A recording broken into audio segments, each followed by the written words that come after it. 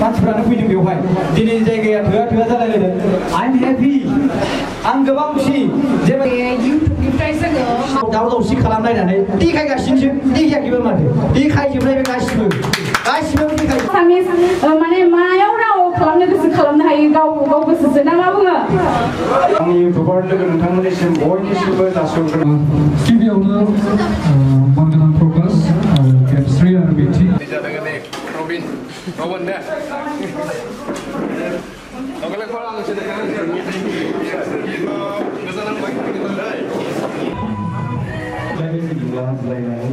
Continue. Solista pun saja. Semua gue excited. जेसेबांखिनि आलासि सफैबाय बेवहाय फिसा फिलौ जेसेबांखिनि साबस्क्राइबार नङा होमबा गासैबो लोगोफोर साबस्क्राइब खालामबानो जाबाय जाजागासिनो दे अननानै दे मोजां दायो दुनिया मिटिंआ जासिगोन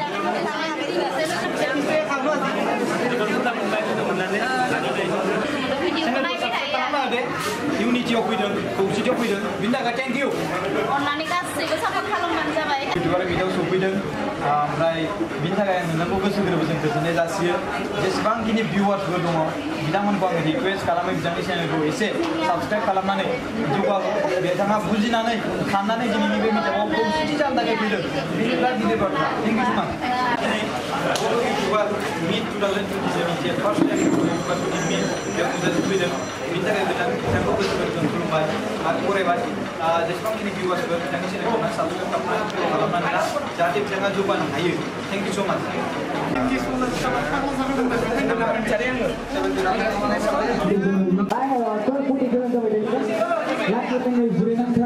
Guys, खुलुमबाय जुमाव नायग्रा रायजो राजाफोर जोंनि इउटिउबार लोगोफोर गासिबो बेयाव नुजाथि फैनो हानाय जोंनि इउटिउबार लोगोफोर नैबे बिथाङा बेंगलरनिफ्राय फैलायदों दिनैनि मिटिंनि थाखाय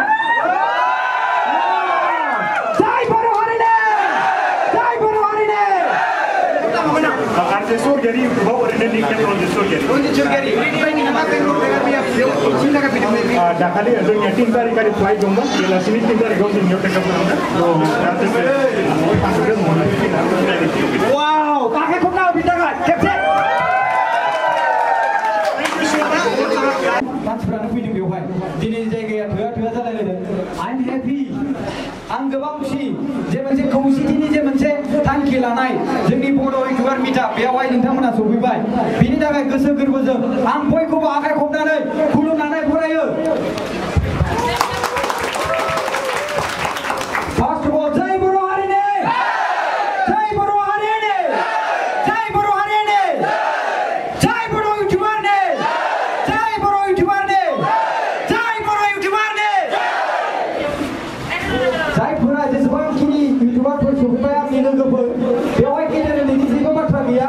आरो बेयाव जिरायदोंब्ला सोरबाफोर बेनि मिया बे नङाखि नोंथांमोनखौ मानसिफोरा बेयाव जिरायबाय आरो बेयाव सोरबा जिरायबाय बेफोरखौ सानगोन नामा नोंथांमोना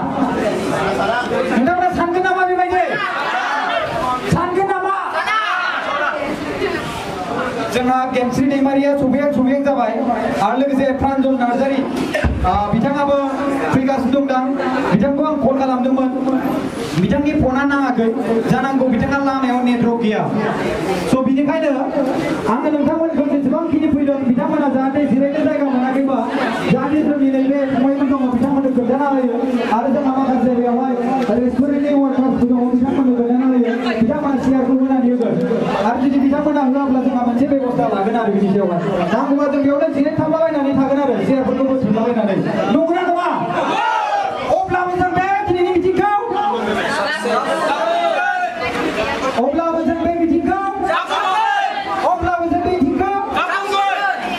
So guys, welcome to Bodo YouTuber Meet 2022. That is the first time of Bodo YouTuber Meet.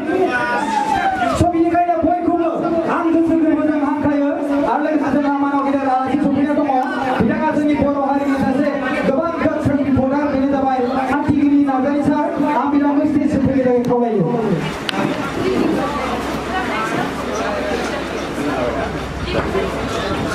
आखाइ खबनानै एसे आरो लोगोसे आङो मेहेर वारि बिथांखौबो नैबे जौस्रांसिम फैनो थाखाय आं खावलायनाय जायो जाहाथे बिथाङा बिथाङाबो गावनि जे सानस्रि बेखौ फोरमायनानै होनो हायो जोंनि बे दिनैनि बड' इउटुबार मिटनि जे थांखि मोनसे खौसेथिनि बेखौ जोङो बेवहाय जुदि दङब्ला फैदोंब्ला बिथांखौबो आङो हांख्रायनाय थायो जेम्स ब्रड अफ ब्लक एबा जेम्स मोसाहारि एबा प्रकाश मोसाहारि बिथांखौबो बे जौसांसिम फैनो थाखाय खावलायनाय थायो बिथांमोना जुदि फैदोंब्ला मोजां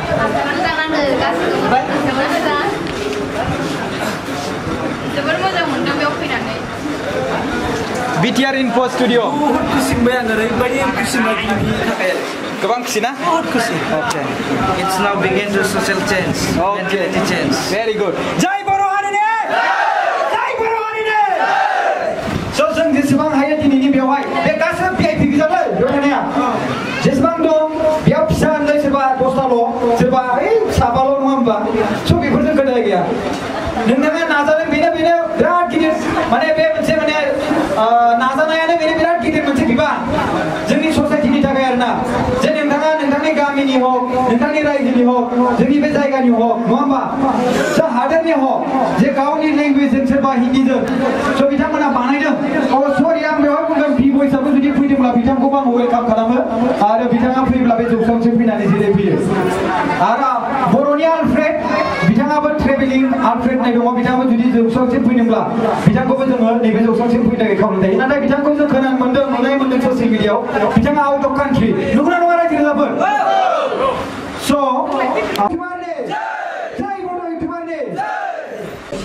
अन्नानै आखाइ हमना हो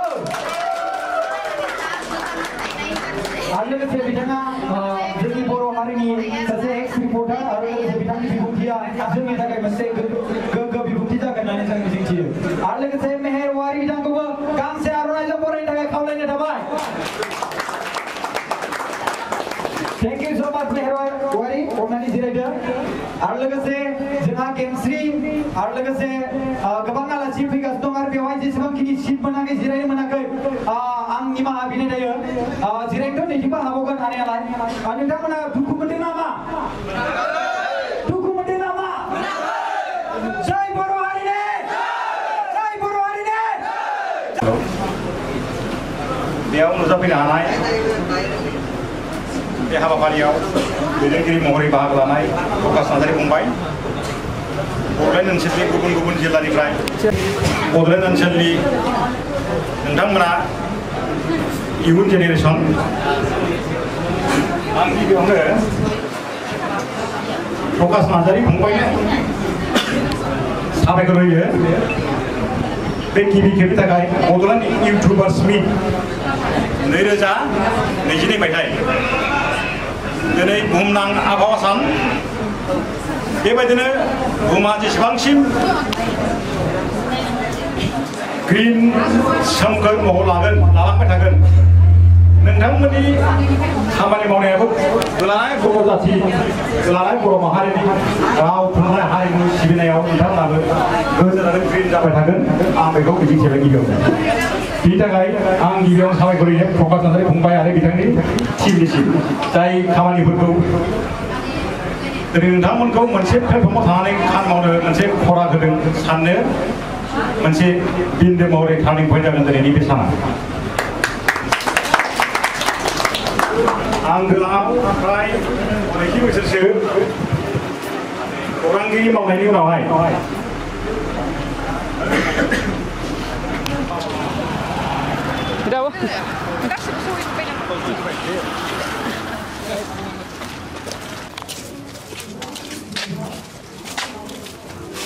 मोगा-मोगि जानांदों नङा होमबा समाजनि फारसे खैफोद गोनां थासारिफ्रा जोंनि गेजेराव जाबाय थानो हाया नोंथांमोना बेखौबो वेलकाम टु गेमस्रि जोंनि बर' इउटुबार मिट 2022 आवहाय सफैनायनि थाखाय बे फार्स्ट टाइम आरो लोगोसे जोंहा गोरबो खुंगुर बिथांखौबो गांसे आर'नाइजों बरायनो थाखाय खावलायनाय थाबाय आरो लोगोसे जोंहा एन्टारटेनमेन्ट वल बयखौबो बरायगोन दै जों बरायखौनो गासैबो हाखौनो नङा फारि फारि बरायगोन आरो मा थ' एन्टारटेनमेन्ट वल बयबो सिनायखायो आखाइ खमनो जोंहा मानाव गेदेर जा हान्थिगिरि नार्जारि सारा जिबायदि स्पिच होबाय गोबां इन्सपायार स्पिच आरो बिथांनि स्पिचखौ नोंथांमोना खोनानानै एसेबाबो माबा मोनसे नलेज मोनदों होननानै आं मिजिंथिनाय थाबाय आरो आनसारनिसिमबो गोसो गोरबोजों गोजोननाय थाबाय जे बिथाङा दिनैनि बे प्रग्रामाव फैनानै जे दसे सम स्पिच होफैनायनि थाखाय दा जोङो मोनसे प्रग्राम हिसाबै जोङो फारियै हाबाफारिखौ मावलांबाय थानि बेनो जाबाय मा होनो बेखौ इन्ट्रडिउस लाग्रोनि जों बेवहाय आङो कन्टेन्टआव लिराखै बारु बेखौ इन्ट्रडिउस लानि बयखौबो जेसेबांखिनि इउटिउबार दङ बिथांमोनहा फारि फारियै गावबागाव माइकखौ ओरै हेन्डअभार खालामलायनानै इन्ट्रडिउस जोंहा सासे बिनानाव दं सानै बिथांमोना नोंथांमोनखौ आर'नाइजों बरायगोन आरो মই আমার ক্যামেরার মানুষ মানে ক্যামেরা আমার ডিজে সামক হব যে ক্যামেরাটো ইয়াত যদি আনিব পারে আনিবা তার ভিতৰত সবকে ক্যাপচার করিবা যে আমি যিমানখিনি ফেসিলিটেট কৰিব বিচাৰিছে তেখেত উঠলাবক আমি যেনেকা ইউটিউবত লাইভ এতিয়া দেখাইছে ইয়াত চাব পাৰে যিমানখিনি আমাৰ ফ্ৰেন্ডস আছে যিমানখিনি আমাৰ ভিউয়ার্স আছে যিমানখিনি সাবস্ক্রাইবার আছে সো आं बेखौनो बुंगोन जे फार्स्ट अफ अल जोङो एन्टारटेनमेन्टजों आंजों जोंहा जेनियाखौ गांसे आर'नाइजों बरायग्रोगोन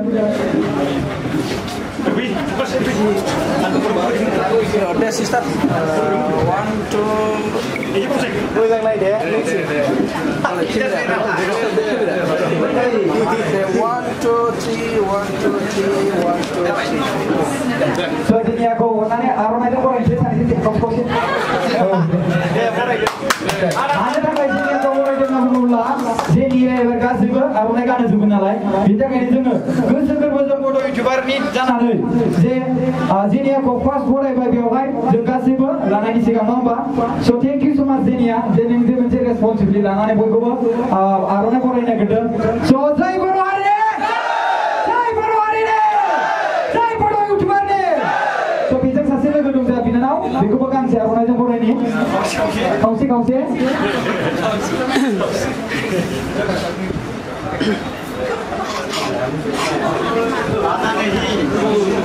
आयो आर'नाइया माने बयबो नोंथांमोनखौ आङो बुंगोन एबार बयबो रेडि जादों बयखौबो आर'नाइ गानहोनाय जासिगोन दै रेडि ना अके लेट्स डु इट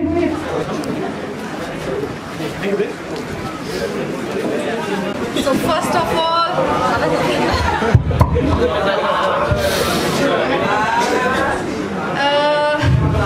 उर्दिथ' जाजोब्बाय आरोबाव एसे थाबावनांगौमोन होननानै सानदोंमोन आङो आरो माखासेया बाहेरावबो दङ ना फैजोबाखै खोमा जोंखौथ' आर'नाइ होबाय आरो लोगोसे जिहेतु जोंनि प्रकाश बिथांखौ जोङो आर'नाइजों गिबि गिबियावनो बयखौबो बेवहाय नुजाथिफैनो हानाय बयखौबो आंनि गोसो गोरबोनिफ्राय खुलुमनायखौ बावहरग्रोबाय ओमफ्राय बिराद गोजोनदों आरोना नोंथांमोनखौ बयखौबो लोगो मोननानै आरो लोगोसे जोंहा दायो जिहेतु इन्ट्रडाक्सन लालायलायगोन बयजोंबो गावजों गाव ना जों जेनेबा सोरबा सोरखौबा सिनायबो जानो हागौ सिनायाबो जानो हागौ बेखायनो बेटार जोङो माइकखौ लानानै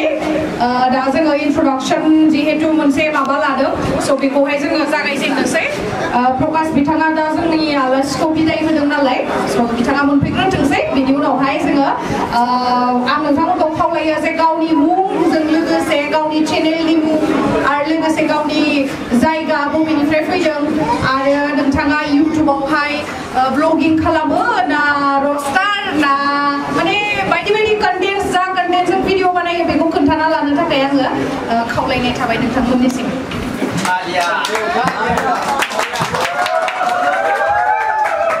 बुरजा इउटुबार्सफोर सफैनाय हिसाबै जोङो स्टार्ट खालामसै प्रकाश बिथांखौ नेबाय थाला स' माइकखौ होनानै होदो नामा सासे फार्स्टनिफ्रायनो स्टार्ट खालामलांसै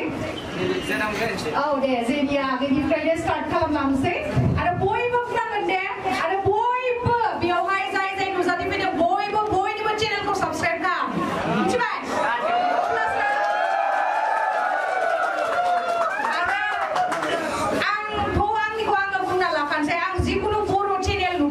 आं साबस्क्राइब खालामखायो आरो नोंथांमोनाबो बेखौ खालामबानो जाबाय मिथिबाय ओमफ्राय मोनसे खोथाया जाहैबाय सोरबा mana subscribers mungkin aja ngomong kue lagi kan Aku juga bisa kalau sebelah, kalau lagi foto tu mainan. Kalau ni ada, saya sistem kelamaan orang. Yat Prime News আমাৰ নিউজ পৰ্টেলক মিডিয়াবিলাকক আমি থেংক ইউ জানিছোঁ যে ইয়াত আহিছে আমাৰ ইয়াত বড়ো YouTuber meet লোৱা হৈছে বড়ো ইউটিউবাৰ মিট লোৱাটো বহুত আমাৰ ইউনিটিৰ কাৰণে লোৱা হৈছে গেট টুগেডাৰ হ'বৰ কাৰণে এইটো ফাৰ্ষ্ট আমাৰ বড়ো ইউটিউবাৰ মিট হয় আৰু এইটো ফাৰ্ষ্ট আমাৰ বড়ো ইউটিউবাৰৰ যিমানখিনি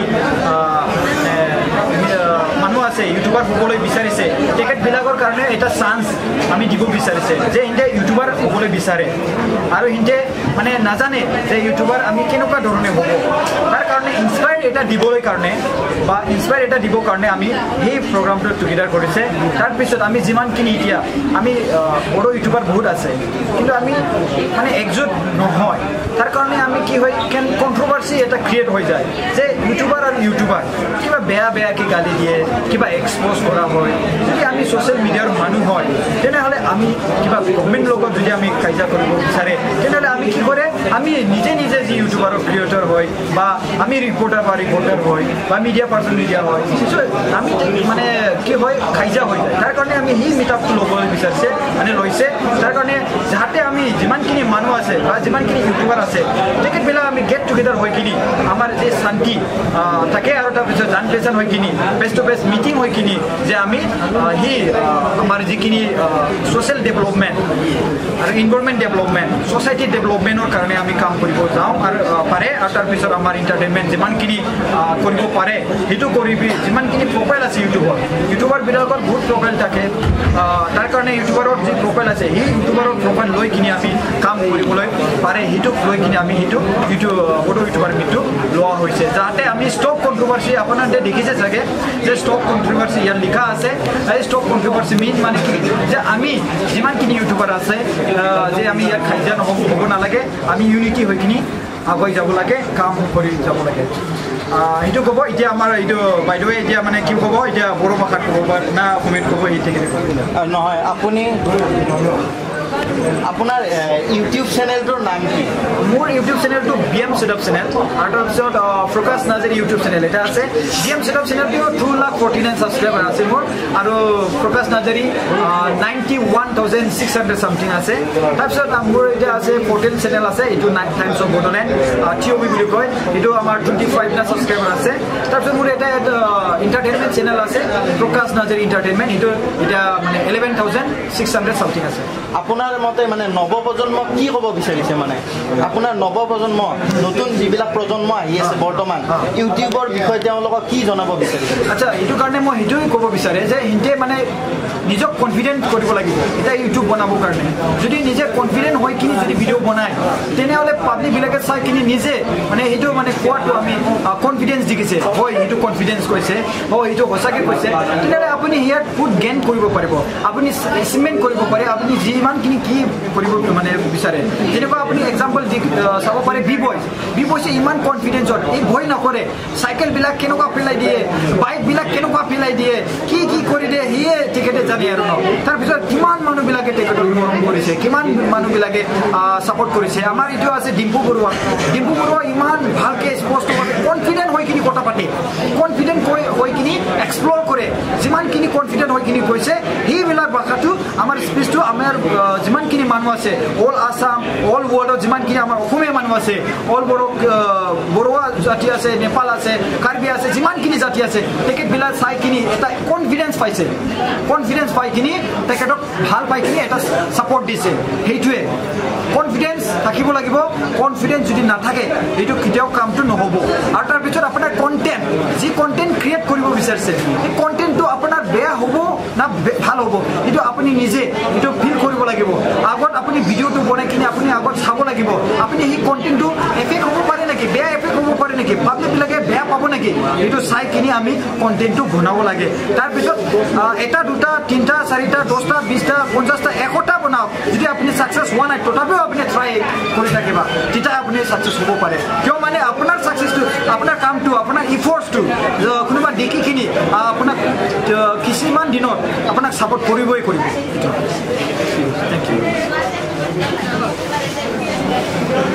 ইউটিউব চেনেলটোৰ নাম কৈ দিব আৰু আপোনাৰ কথাখিনি কৈ দিব প্ৰথমতে প্ৰাইম নিউজৰ আপোনালোকক মই ধন্যবাদ জ্ঞাপন কৰিব বিচাৰিছোঁ আৰু লগতে মোৰ নাম হৈছে গেমশ্ৰী দৈমাৰী আৰু মোৰ এনে তিনিটা চেনেল আছে সেইটো মোৰ নামত এটা যিহেতু আছে গেমশ্ৰী দৈমাৰী সেইটো মোৰ নামত এটা চেনেল আছে সেইটোত মই মোৰ লাইফষ্টাইল ব্লগিং এইবিলাক আপলোড কৰা হয় আৰু এটা মোৰ আছে প্ৰডাকশ্যন হাউচ যিহেতু বড়োৰ ফিল্ম ইণ্ডাষ্ট্ৰীৰ তেনেকুৱা GD প্ৰডাকশ্যন এটা চেনেল আছে সেইটো বৰ্তমান 161+ তেনেকুৱা ছাবস্ক্ৰাইবাৰ আছে মই একদম একজেক্টলি ক'ব নোৱাৰোঁ আৰু মোৰ যিহেতু গেমশ্ৰী দৈমাৰী সেইটো 275 লাখ তেনেকুৱা ছাবস্ক্ৰাইবাৰ আছে আৰু এটা আছে মই অসমীয়াটো বনাওঁ গেমশ্ৰীজ ব্লগ বুলি সেইটো বৰ্তমান মই জাষ্ট ষ্টাৰ্টহে কৰিছোঁ তাতে মানে কণ্টিনিউৱাছলি ব্লগ ভিডিঅ' দিয়া নহয় বাৰু তাৰ বুলিও মানে এইটো আজিৰ আমাৰ ইউটিউবাৰ্ছ বড়ো ইউটিউবাৰ্ছ মিট আপটো কিয় কৰা হৈছে আমিতো ইউটিউবত কাম কৰা 2 বছৰ 3 বছৰে হৈ গ'ল কিন্তু এবাৰো আমি মিট আপ নাই লোৱা মানে গেট টুগেডাৰ নাই হোৱা যিহেতু আমি গোটেই মানে বড়ো মাত্ৰ নহয় যেনিবা যিমানখিনি আমাৰ অসমত যিমানখিনি ইউটিউবাৰ্ছ আছে সিহঁতৰ আমি মিট আপখিনি বহুত দেখা পাওঁ বহুত মিল ঝুল তেনেকুৱা দেখা পাওঁ সেইকাৰণে আমিও এটা ডিছকাছ কৰি কিনে মানে সেইটো এটা মিটিং মানে গেট টুগেডাৰ টাইপ এটা কৰিলোঁ আৰু খুবেই ভাল লাগিছে বহুতজন মানে ইউটিউবাৰ্ছক লগ পাইছোঁ আৰু এতিয়া আমাৰ জাষ্ট ষ্টাৰ্টহে হৈছে প্ৰগ্ৰামটো আৰু এতিয়া আমি ইন্ট্ৰডাকশ্যনটো ল'মেই বাৰু আৰু কিছুমানক চিনিও পাওঁ কিছুমানক চিনিও নাপাওঁ কিন্তু খুব ভাল লাগিছে চবেই যে আমাক এইটো প্ৰগ্ৰামটো মানে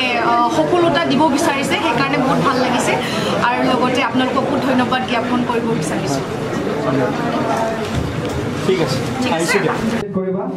তাৰপিছত সেইটো নকল কৰি দিবা soalnya bयबो आंनि चेनेलखौ साबस्क्राइब खालामना हो आंनि चेनेलनि मुङानो जाबाय माइनाव नार्जारि मुसाहारि ओमफ्राय आंनि गामिनि मुङा बर'मा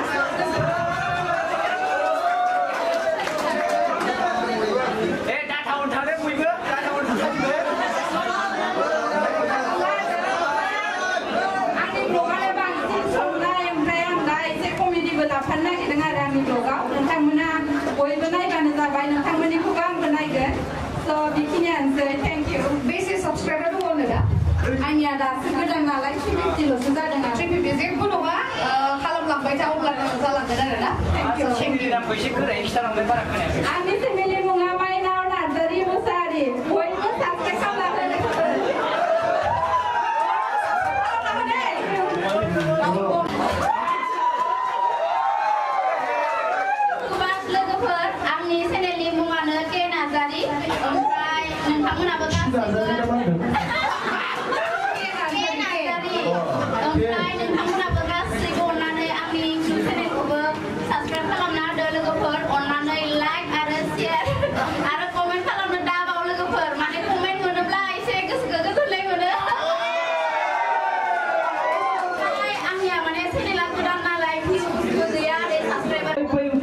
इउटिउबार्सफोरनिसिम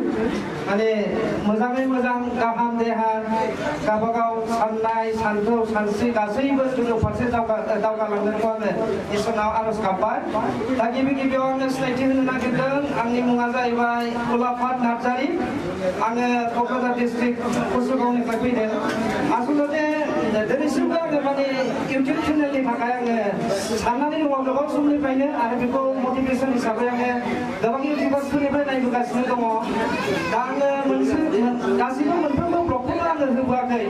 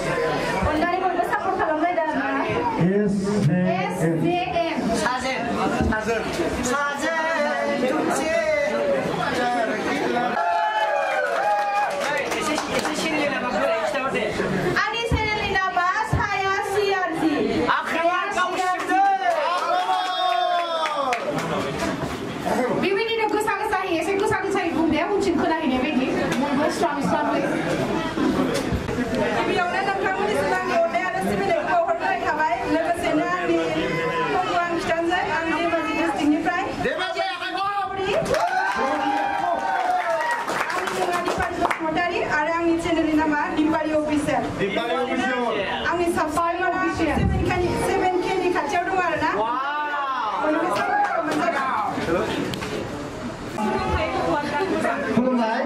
आंनि मुङा मोनस्रिखौ मोसाहारि आङो तामुलपुरनि आंनि चेनेलनि मुङा क्रिएटिभिटि अफ कसम ओमफ्राय क्रिएटिभिटि अफ कसम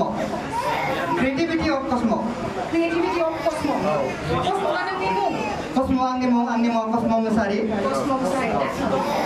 स' आब'आ बुंनो हादों साबस्क्राइब खालामनो थाखाय बयबो साबस्क्राइब खालामबानो जाबाय जोंहा क्रिएटिभिटि कसम होननायखौ चेनेलखौहाय क्रिएटिभिटि अफ कसम ओमफ्राय मा भिडिअ होयोबा आगैया आङो ओरैनो माने आं ब्लग बानायो थेवबाबो ब्लगनि थाखाय नेमखौ प्रिफारेन्स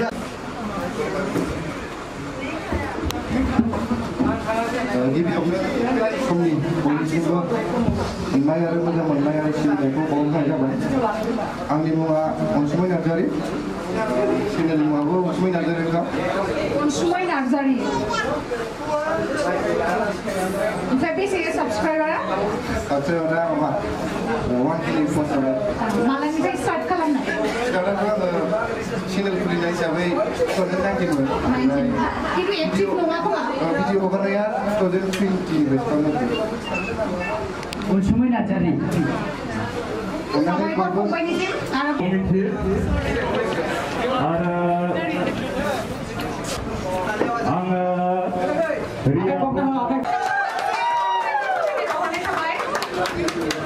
लोगोसे बेजों दंफायो जोंना मा होनगोन बलिउडनि मा सिंगार मोनलाय आं बेनि भइसखौ माने बिराद मोजां मोनो बिथाङा जाहैबाय रिमाल दैमारि दुखुनि गुरु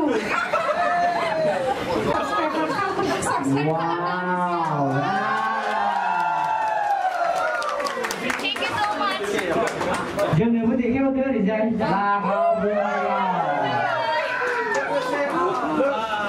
मोजां मोनो आं बिथांनि समखौ स' बिथांखौ गावनि सिनायथिखौ होनो खावलायनाय थाबाय मावफुं भिडिअ क्लिप बुंनायनि बांद्राय एक्सपिरियेन्स गैया मावबोदों जोबोद गोजोननाय मोनदों आं बेयाव फैनानै आरो माखासे इउटुबारफोरखौबो जेनेबा भिडिअ नायबाय थायोमोन मबाइलाव नायबाय थायोमोन दिनै माने फुरा मोगा मोगि नुदों आरोना बेनोसै थेंक इउ स' माच गोजोननाय थाबाय आरो लोगोसे मोनसे खोथा बुंबावनो आं जेब्लानोखि फार्स्ट टाइम आंनि ब्लगिं बा आंनि गेमस्रि दैमारि चेनेलखौ जेब्ला स्टार्ट खालामदोंना बे टाइमाव बिथाङानो फार्स्ट आंनि भिडिअ खालामना होग्राया बिथाङानो आरोना स' गासैबो क्रेडिट्सआनो आंनि जिमानखिनि दासिमहालागै आं एसेबाबो गसंनानै दङ स' बिथांनि थाखायनो आरोना आरो बिथांनि अनसुलि बिसिबो दंफैयो फैयो बिथाङाबो सासे एक्ट्रिस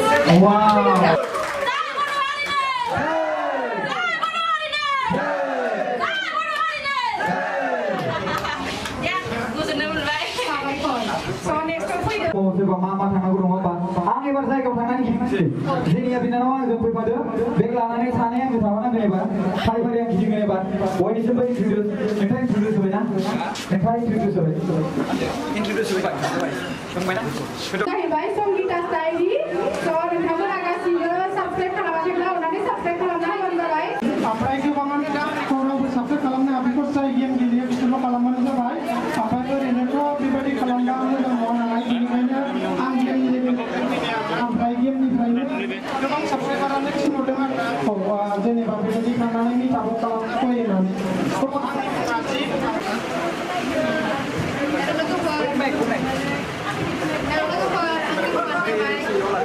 आंनि मुङा जाबाय बरसा कछारी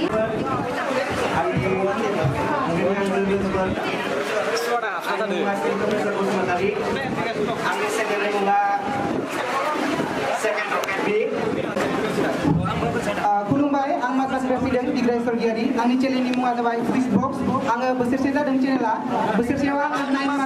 10, 11 मान्थसखौनो आं एक्टिभ जायाखै होमबाना आंना 4,000 साबस्क्राइबारमोन दा बे मान्थआवनो आंनिया 6,000 साबस्क्राइबार जाबाय नायनो गोसो बानायनो हागोन आरो मोजांबा साबस्क्राइब खालामनो बेबायदि आरोना थेंक इउ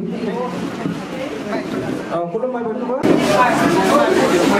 फैनानै माबायदि मोनदों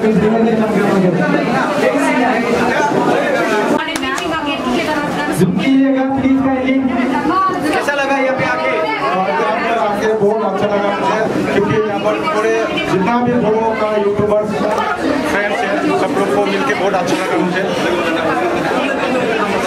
हेलो तो गिबि गिबियावनो आंनि अननाय आरो गोजोननायखौ बयनिसिमबो जासिहरग्रोनाय थाबाय जेनाखि जोंहा आंनि आंगो लोगोफोर बर' इउटुबार गासिबो नुजाफैनो हादों दायो आङो सिगाङावनो बुंनो सानो आंनि इन्ट्र'खौ हेल' एभ्रिवान वेलकाम बेक टु माय इउटुब चेनेल नोंथांमोनखौ आंनि इउटुबखौ बयबो खनसे बरायग्रोनाय जाबाय बिदिबा नोंथांमोना आंनि भिडिअखौ जोबजासे लांदो जायफोरा आंनि चेनेलखौ दिनैसिमबो साबस्क्राइब खालामाखै बयबो साबस्क्राइब खालामना अननानै जाहाथे नोंथांमोननि अननाय आरो सापर्ट मोनोब्ला आङो निस्सय गोजौ लेभेलसिम दावगालांनो हायो आरो जाहाथे जिनाखि आंनि भुल माब्लाबाफोर भुल जाफ्लाङोब्ला नोंथांमोना निमाहा होगोन बेखौ आङो आसा खालामबाय आरो जिनाखि जोंहा दिनैनि बे इउटुबार मिटआप जिनाखि बर' इउटुबार मिटआप सेलिब्रेसनाव नुजाफैनो हानाय आंनि आंगो लोगोफोरनिसिम बयखौबो आं बरायो आरो जायफोरा दिनैसिम बे इउटुबार मिटआपआव नुजाफैनो हायाखै नोंथांमोना गाव गावनि खामानियाव बेस्थ' दंमोन नोंथांमोना दुखु मोननाङा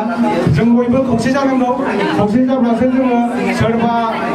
खैफोदाव दंब्ला बिथांमोनखौ जोङो खौसेयैसो हेल्प खालामनो हायो बयनावबो थाखा फैसाया थाबाय थाया नङा होमबा बेनिखायनो आङो उन्दै आङो साबस्क्राइबार खम आं बे मेलाव नुजाहैनो हायाखै आं दिनै इउटुबार नङा होननानै दा सान गोरोन्थिया बयनाबो जाया नङा जायो गोरोन्थिखौ जोङो बिदिनो समाधान खालामलायनायनि गेजेरजों जोङो बुजायलायनायनि गेजेरजों निमाहा होलायनो हानायासो मानसिनि मावनो गोनां खामानि बेनि थाखायनो आङो बयखौबो जेसेबांनाखि जोंनि बर' इउटुबार्स दङ आंनि अननाय आरो गोजोननायखौ जासिहरबाय फिन जय बर' हारिनि जय बर' हारिनि जय बर' इउटुबारनि प्रकाश राजानिसिमबो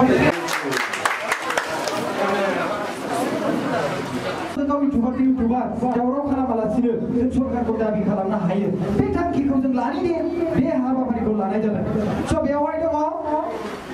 YouTube education sector Science and Technology, YouTube Creator Profile, YouTube and Facebook Controversy, Promise to Good YouTuber Friends, Independent YouTube, Content, YouTuber Respect, Everybody Not YouTuber, Explorer Not Effective YouTuber, Democracy Rights and Content YouTuber, Future YouTuber, Stop Controversy, Copyright Video Upload YouTuber, video record Content, so we need to entertainment lagan, I think it's only for last space. Thank you.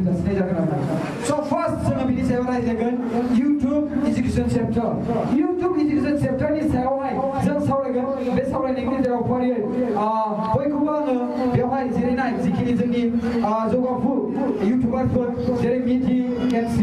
Franjol, Mayor, Rimol, Entertainment Wall, 1 minute, 2 minutes, because expect first of all, starting now, meeting at the my point of view, YouTube is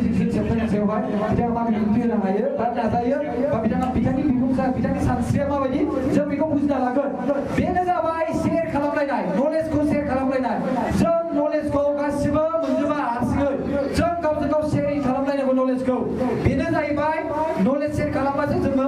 माने जौगायो जों उन्नति जायो दिनै suppose हमनाला बयबो YouTube channel दङ होननानै बयबो जायगायाव जोङो थाहैजोबनो हायो बे नङा स' बयबो इउटुबारनिफ्राय जों जुदि कन्टेन्ट लानानै बयबो भिडिअखौनो जों बानायोब्ला बे मानसि मदद मोनलायगोन आरो लोगोसे बेनोथ' नलेज नङा होमबा बेनोथ' नलेज स' बेफोर आरोना स' आङो काइन्डलि request to Mithi Narzary please share your valuable point of YouTube education sector गासैखौबो गेमस्रि आरो प्रकाश बिथांमोना दा बांसिनखौनो बुंगोन थेवब्लाबो आं दा एसे फोरमायनो सानदों बेखौनो एसे फोरमायगोन आरो जोङो दिनै बेयावहाय गासिबो मिटआप लादों आरो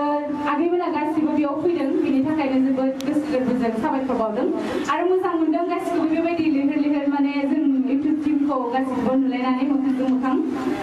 दा बेनोसै आरो जों गासिबो मोजाङै मोजां खामानि मावलांनांगौ एखेलगे मिलिनानै खामानि मावलांनांगौ जों रावजोंबो राव हेंथा हेंसि जालायनाङा बयबो माने सबबो गावबागाव निजा निजा कन्टेन्ट लानानै माने मोजाङै बेफोरबायदिनो आवगायलांनांगौ आरो आं गावनि सायावबो एसे बुंनो सानदों आरो आंथ' मालाबाबो सानाखैमोन जे इन फिउचार आं बेबायदि इउटुबार जागोन बा इउटुबारखौनो बुंनानै लाबाय आं दा जेरै गासिबोथ' इउटुबारखौनो बुंसै ना बेनिखायनो आरो आं जेला खुलिदोंमोन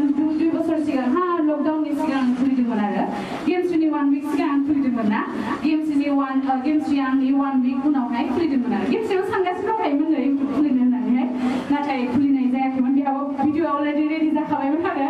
नाथाय इडिटिं जायाखैमोन जागोनखौ आं सानाखैमोन आरो बाट एसेबाबो आं साक्सेसफुल होननानै बुंनानै लाबाय देसुन ओमफ्राय माने बे समाव आं फार्स्ट स्टार्टिंआव बिराद लाजिमोन आरो आं बुंनोबो हायामोन रायलायनोबो हायामोन आं माबायदि कन्टेन्ट लाबोगोन साननानैनो मोनामोन आङो माने ओमफ्राय फार्स्टआव बिदिनो आं मोनसे जानाय भिडिअ लाबोदों हा जानाय भिडिअ माने साउन्डल' आरो अनलि माने खुनु भइस गैया बिराद लाजिदोंमोन आं बे टाइमावहाय ओमफ्राय बेयाव बिदिनो आं भिडिअखौ आपल'ड खालामबाय आपल'ड खालामनानै आङो बयनिबो फ्रेन्डफोरनो आं शेयार खालामबाय आरो खिन्थु आंनि वाट्सएप फ्रेन्डआव जा 300 बिदिनो फ्रेन्ड दंमोन बिनिफ्राय साबस्क्राइबारा आंना 200 300 बिदि जादोंमोन आरो फार्स्ट डेआवहाय ओमफ्राय बिनिफ्राय आङो खमावबो 6 months गेप थादों ओमफ्राय बिनि 1 week उनावहाय गेमस्रिया माने ब्लगखौ स्टार्ट खालामदों आरो गेमस्रिखौथ' बुंनो नांला 1 डेआवनो बियो 10K साबस्क्राइबार मोननो हादोंमोन आं गोसोआव दङ ओमफ्राय बिदिनो आङो 6 monthनि उनावहाय आङो स्टार्ट खालामफिनदों आंनि जार्निखौहाय जेला लकडाउन जायो जेला गुवाहाटियाव रुमावबो एसे फासिनानै दंमोन अब्ला मा खालामगोन होननानै बिदिनो संनाय खावनाय भिडिअखौ लाबोनोसै जि जाबा जागोन होननानैहाय बेयाव लाबोदोंमोन आरो ओमफ्राय बे लाबोनायावहाय बिदिनो आंनि चेनेला लासै लासैनो ग्र' जालांनो हमबाय ओमफ्राय ग्र' जालांनो हमनायावहाय बिदिनो आंबो मोजां नांबाय आरो बयनिफ्राय सापर्ट मोनदों बेफोरबायदिनो ओमफ्राय बिदिनो गोसोआ गुदुं जालांबाय बिदिनो आङो कन्टिनिउ खालामबाय आरो थिग आं आगैमोनखौबो बिदिनो बुंनो सानो दि सोरबाफोर दा गोदानै इउटुब फैदों बा जेनेबा सोरबाया गोसो माने डाउन जालाङो भिउ मोना बा साबस्क्राइबार मोना होननानैहाय बेखौनो बुंनो सानो आङो जे गोसो डाउन जानो नाङा मालाबा जोंनाबो नै साबस्क्राइबार दङ थेवबो जोंनाबो भिउ फैया मालाबा समाव फैयो मालाबा समाव फैया बाट आगैमोना बिनोदि जे आंना भिउआनो जाया आंखौ नायानो बेफोरबायदि साननानै गोसोखौ डाउन खालामनाङा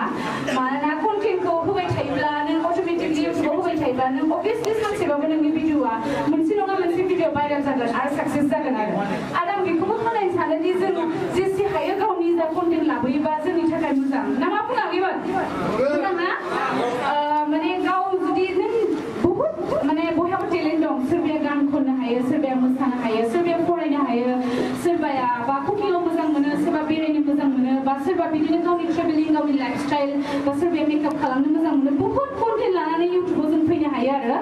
माने मोनसेल' नङा जोंबो गाव माने गावनि टेलेन्टखौ लानानै जोङो फैनो हायो दै आरो सोरबा फेमिलि ब्लगिं लानानै फैयो बेफोरबायदिनो जोङो फैनो हायो आरो ओमफ्राय दा बिदिनो खायसेया जोंना फंबाय बिनानावमोना दुखु मोनो बा जोंबो कमेन्ट मोनो किसुमाना दे जोंनिया ग्र' जाया आब' सापर्ट खालाम बेफोरबायदि आरो स' आं बेखौनो खावलायो जे आगैमोन गोसोखौ माने मा होनो दुखु खालामनाङा जेसे हायो भिडिअ आपल'ड खालामबाय था सानसेबाबो साक्सेस जागोन मानोना इउटुबाथ' जोंनि थाखाय ओरैबायदि मोजां प्लेटफर्म ना नंगौना नङा मानोना इउटुबखौ जुदि एफा मोजां जोंनो मोनसे प्लेटफर्म होदोंबा जों मानोथो ओरैनो थांनो होनो ना बेनिखायनो जोङो बयहाबो फ्रि टाइम थाया देसुन खिन्थु जा इउटुबार जानो गोसो जा एसे टाइम मोनोबा फ्रि टाइमावनो नोंथांमोना जा एसे हायो भिडिअ आपल'ड खालामनो हायोबा सोरबाया मान्थआव खनब्रै बा बेफोरबायदि बा खनथाम बेफोरबायदिबो आपल'ड खालामनानै चेनेलखौहाय आवगायलांनो हायो आरो स' आरो बेनो खोथा गावबा गावनि मोजां कन्टेन्ट लाबोयोबा जों मोजां नाङो ओमफ्राय बे स्टप कन्ट्रभार्सिनि सायाव आं एसे बुंनो सानदों माने जोङो नायदो जेनेबा साप'ज बयहाबो फेमिलि थायो बयहाबो गोसोआव मोनसे दुखु मोननाय थायो जेनेबा जों साप'ज जों जुदि मालायनि टपिक लायै जुदि जों भिडिअ बानायबा जों माबायदि मोनगोन ना नंगौना नङा साप'ज जेनेबा आंखौनो लानानै सोरबाया दिनै भिडिअ खालामबाय आंनि खोथाल' लायै भिडिअ खालामबाय अब्ला जों बेसे दुखु मोनो खारन जोंबो सम ट्रल जायो जों गोबां कन्ट्रभार्सि खालामो अब्ला जों बेसे डिप्रेसनाव थाङो जोंसो मिथियो आरो बेनिखायनो जोंबो मिथिगौ दि सोरबा सासेया जुदि ट्रल खालामजायोबा बा कन्ट्रभार्सि बेफोरबायदि खालामजायोबा बेनि गोसोआव माबायदि दुखु मोनो सोरबायाथ' सुइसाइडबो जागोन मिथिबायना दुखु खालामनानै सहायनो हायो आरो बेफोरबायदि डिप्रेसनखौ जोंबो मोनो जोंबो बिराद टाइम माने बिराद दुखु मोनो मानो बेबायदि माने जों ससियेल मिडियाखौनो गारनोसै बा इउटुबखौनो गारनोसै बेबायदि साननायबो फैयो जोंनियावबो मालाबा बाट जोङो बे जों स्ट्रं जानोबो सोलोंनांगोन आरो बेबो मोनसे जुदि जों ससियेल मिडियाआव फैदोंबा जोङो मेन्टेलिटि स्ट्रं बा गोसो स्ट्रं गासिबो स्ट्रं जानानैसो जोङो ससियेल मिडियाआवहाय आग बारायनांगौ खारन ससियेल मिडियाआवहाय जोंखौ बहुदानो माने मोजां मोननोबो हागौ मोजां मोनाबो जानो हागौ बा 50% जोंखौ गाज्रि मोननोबो हागौ बा 50%आनो जोंखौहाय मोजां मोननोबो हागौ आरो बेनिखायनो जोङो ससियेल मिडियाआव जेराव फैनोसै सानोबा माने मेन्टेलिटि फारसेनिफ्राय जुदि जों स्ट्रं जानानै फैयोबा माने जोंनि थाखायनो बहुत मोजां आरोना नंगौना नङा जायोना बेफोरबायदि बेनिखायनो आरो माने गावबागाव मोजां कन्टेन्ट लायोबा साप'ज मालायखौ बिदि जावलायबाय थानायखौ माने बन्द' खालामनानै जोङो जुदि गावबागाव कन्टेन्टजोंहाय जुदि जोङो आगबारिलाङोबा बेखौनो आङो खावलायो खारन मा होनो बयहाबो गावबागाव पार्सनेल लाइफ थायो आरो बयनि लाइफआबो पारफेक्ट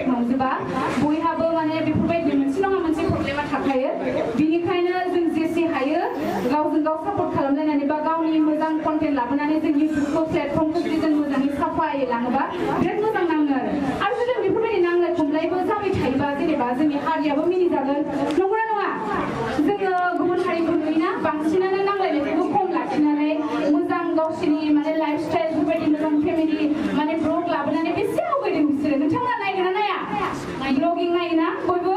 बा फेसबुकफोरावनो नायो माने बेफोरबायदि मोजां माने लाबोबाय थायोबा एन्टारटेन भिडिअ बा बेफोरबायदि भिडिअ लाबोयोबा ओरैबाबो चेनेला ग्र' जाखायो आरो जोंबो नायनो मोजां नाङो आरो जोंनि हारियाबो बाख्नायजागोन आरो जोंनि हारिया बे टाइमावहाय ओमफ्राय बिनि घटनायाथ' बे समाव जादोंमोन अब्ला बहुदानो सिक्किमाव आरो ओमफ्राय बहुदानो माने मा होनो कमेन्ट खालामदों आंखौहाय जे इस आब' जेनेबा सोरबाया आरो माने बेफोराव बेरायनानै मानो फैसा गारबाय थानांगौ थांनानै नोङो बरबारिफोराव माने हेल्प खालामाखै बा नोंखौ सैया नोंसोरो बेबायदि बेरायनानैल' फैसा गारो बेफोराव सापर्ट खालामहैबा मा जायो इउटुबाव 40-50,000 खामायो सिक्किमावहाय आं गावनि फैसाजोंबो थाङाखै आं बेवहाय स्पन्सरशिप मोनदोंमोन जोंनि बर' आइजोनि सासे मोनसे हटेल दं बेवहाय इनभाइट खालामनाय जादोंमोन आरो मेहेरजों आंजोंखौहाय स' बेवहाय स्पन्सरशिपआव लिंनाय हिसाबै जों बेयाव थांदों बा जोङो गासिबो बिसोर बेरायनाय फारसेनिफ्राय फ्रियाव होनायावहाय जों बेयाव बेरायनानै ब्लगिं जोंथ' ब्लगार नालाय ना जोंथ' अभियासलि एफा मोजां जायगायाव थांदों जोंथ' ब्लग खालामखागोन नंगौ नङा दा नोंथाङा ओरैनो फैनो गोसो जागोन नामा फैनो गोसो जागोन सोरबा अभियासलि एथ' मोजां मोजां सिनियर जोंबो खेबसे खालामनानै लानो फैनो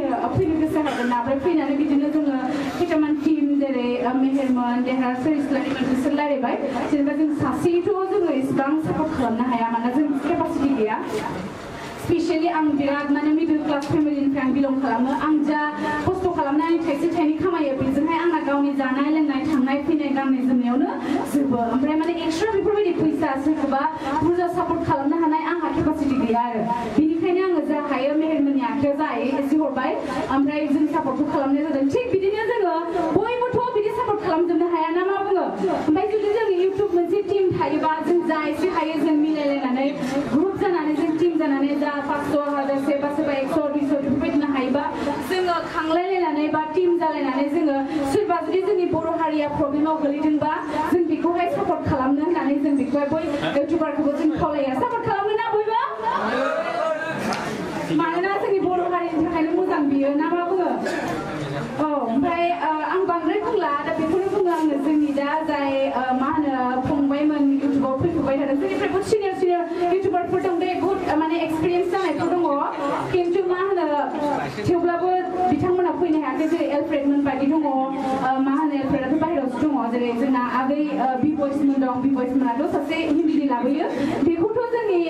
सिगां आगैयाबोथ' बर'नि बानायोमोन हा खिन्थु आगैया इसिबां माने सापर्टबो मोनामोन बे टाइमाव जों नायबाय थायोमोन आगैनि चेनेलखौ जेला बियो मा होनो हिन्दीयाव लाबोनो हमो होमबा मानसियाबो बेखौ बयबो माने बेखौ सापर्ट खालामनो हमलांदों जोंनि आगैया सासे साक्सेसफुल इउटुबार हा बेफोरबायदिनिफ्राय सोलोंनांगौ जायो आरो बाट जोङो दिनैहाय हिन्दी लाबोबाबो जोङो किसुमान माने एसे गाज्रि कमेन्टबो मोनो बाट सोरबाया होलायलाङो आरो ना बा फैसा थोआसै नामा माने हिन्दीनि लाबोबायदि बेफोरबायदिबो मोनो दे जों बहुत कमेन्ट मोनो एक्सपिरियेन्स आरो बेफोरो बिनि सायाव बुंनो सानदों आरो बाट एकदमबारे बेफोरबायदि कमेन्टखौ इगनर खालामनो हानांगौ जोङो ओमफ्राय जों जा गोसो सोरबाया हिन्दीयाव लाबोनो गोसो सोरबाया इंलिसाव लाबोनो गोसो लाबोनो हायो खारन हिन्दीफोराव लाबोयोबा गुबुन जाथिफोराबो बुजियो खारन जोंनि हारिनि किसुमान जों जानाय लोंनाय बेफोरखौ जों गुबुन हारिनि माने रावाव जुदि जों एक्सप्लेन खालाम मिथिलायखायो गुबुनासो मिथियाना मा बुङो आगैमोन बिनिखायनो आं बुंगोन आरो जा जि गोसो सोरबा इंलिस आसामिस माने मायाव रावाव खालामनो गोसो खालामनो हायो गाव गोसोसो ना मा बुङो औ बिनिखायनो आरो ओमफ्राय दा बयबो बेखौनो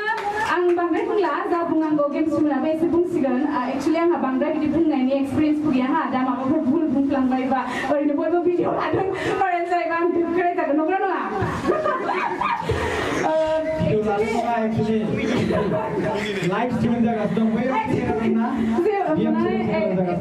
रायजानाय एक्सपिरियेन्सआथ' एसे आदबबो जालांबाय जों सिगां हाथावमोन आंथ' इउटुबाव कमेन्ट मोनसे गाज्रि मोनबानो सानथामसो खामानि खवाबामोन आंना मिथिगोना सोरबा जायोना जाया बेबायदि जायोना बयहाबो ओमफ्राय दा जों लासैनो स्ट्रं जालांनो हमबाय आरो माने बादे आरो बेफोर कमेन्टखौ जुदि जोङो सोरनिबा कमेन्टखौ जुदि जों रिप्लाइ खालामबाय थायोबा जोंनि कमेन्टआवनो किसुमाना कन्टेन्टबो मोनगोन बा बिसोर बानायनोबो हागौ ओंखायनो गोसोबायदि गाज्रि कमेन्टखौ इगनर खालाम आरो आवगायलां जेसेबां हायो जोंहा मेरला टाइम दङ आवगायलांनो थाखाय इउटुबाव आरो बयबो जों सापर्ट होलायगोन आरो जों गासिबो जेसे इउटुब गासिबो फैनायनि थाखाय गोजोनबाय दे आगैमोन बेफोरबायदिनो जों सापर्ट होलायनांगौ आरो सोरबा सोरनिबा चेनेलखौ साबस्क्राइब खालामलायाखैबा बयबो खालामलायनांगौ नायनो आंनि भिडिअखौ नायग्रा नाया गासिबो एक्चुअलि आंहाथ' बारा मोजां जाया ब्लगफोरा थेवब्लाबो आं जेसे हायो माने गावखौनो माने मा होनो इमप्रुभ खालामनो नाजालांगासिनो आरो बाट नायनि मा जायो इन फिउचार जेनेबा बाट चेनेला जुदि थाखायोबा इन फिउचार नोङो साननैसो गेप थायोबाबो इन फिउचार नों लाबोफिननो हायो मोजां आरो बियो आरो जों माबा मोनसे जेनेबा मा होनो इउटुबजोंहाय जोङो किसुमाना सोलिनो हायोबो सोलिनोबो हायो फेमिलियावबो बहुदानो इउटुबजोंबो सोलिनाय दङ आरो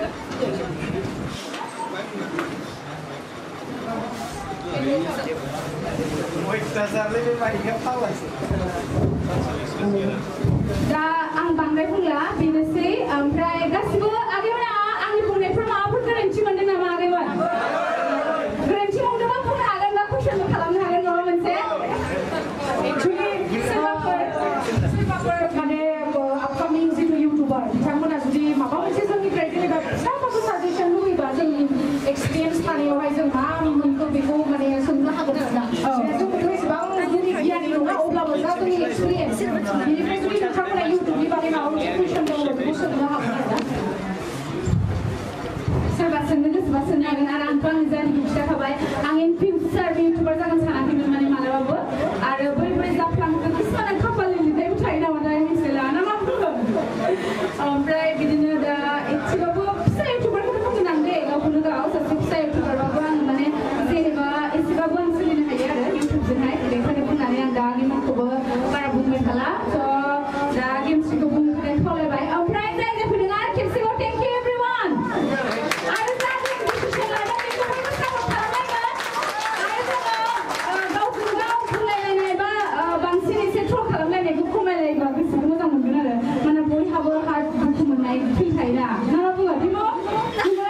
टिमा आजिखालि बिराद मोजां माने ब्लग बानाय आं सानफ्रामबो नायो आं बिराद मोजां मोनो आरो बिनि थाखाय बयबो जाहाथे बिथाङा एबारनिफ्राय स्टप खालामो जेरै दैमुआ चेन्ज जादों जों बयबो बिदिनो दैमुनि कन्टेन्टआ दा चेन्ज जादों बाट दैमुआ बिराद इमप्रुभ जाबाय आरो बिराद मोजां मोनो बिदि ब्लगफोरखौ नायनो आं सिगांनिफ्राय दुखु मोनदों फेमिलिखौ औ आरो कंग्रेचुलेसन मेरिड लाइफनि थाखाय जों नोंखौ मेरिडआव थांनो हायाखैबाबो माने कंग्रेचुलेसन जासिहरनाय थाबाय आरो इन फिउचार बिदि अनलायनानै थांगोन बेनोसै आरो दे दोनथ'बाय बेखौ होननानै आं दे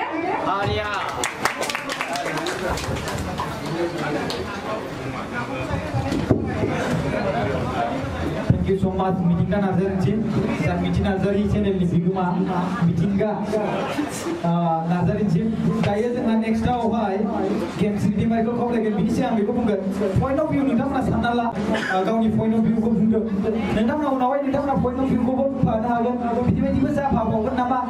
ben waki nida mana komplain kalau mana bisa seni sahur ini sana lah nida mana saya awai so nida mana kau sahaja nida mana bisa kau nama so biawai nida knowledge tu kau kau awai ada zumbu nida mana जोंनि नलेजखौ होबाय स' बेनो आरोना स' बे आन्डारस्टेन्डिंखौ जोङो लाबोलायनांगोन आरो दायो गेम सिटिमारि बिथांखौ जाहोनो थाखाय खावलायनाय थाबाय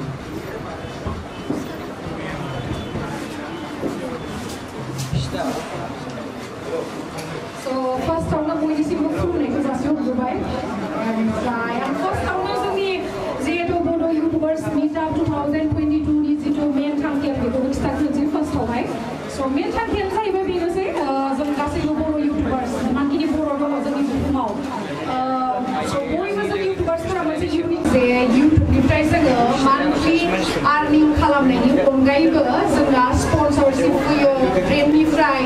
जिहेतु एसे चेनेला ग्रथ जाग्रोनांगौ आरोना बेनि उनावसो फैगोन जे मनेटाइजबो जाग्रोनांगोन बा मान्थलि फैसा मोननाय हिसाबैथ' अलरेडि मनेटाइज जाखागोनानोसै चेनेला ओमफ्राय माखासे मानसिफ्रा मिसआन्डारस्टेन्डिं जायो जे जों जेब्लानोखि हल भिडिअ बानायो हल भिडिअ माने जों जेब्ला मेकआपनि बा ड्रेसनि बा माबा मोनसे प्रडाक्टसफोरनि जे भिडिअ बानायो बेवहाय मानसिफ्रा सानो जे जों गाव माने मा होनो गाव बायनायखौ दिन्थियो बा सोरबा सोरबाथ' बिराद कमेन्ट्स खालामलायलाङो जे गावनि बायनायखौनो दिन्थिबाय थायो बेखिनि फैसाखौ जुदि गोरिब न'खरनो होनायमोनबा होननानै बिराद कमेन्ट्स फैयो बाट कमेन्ट्सखौ इगनर खालाम खिन्थु आं बेवहाय मोनसे खोथाखौ बुंनो सानदों मा जे जों जिखिनि प्रडाक्ट्स मोनो बे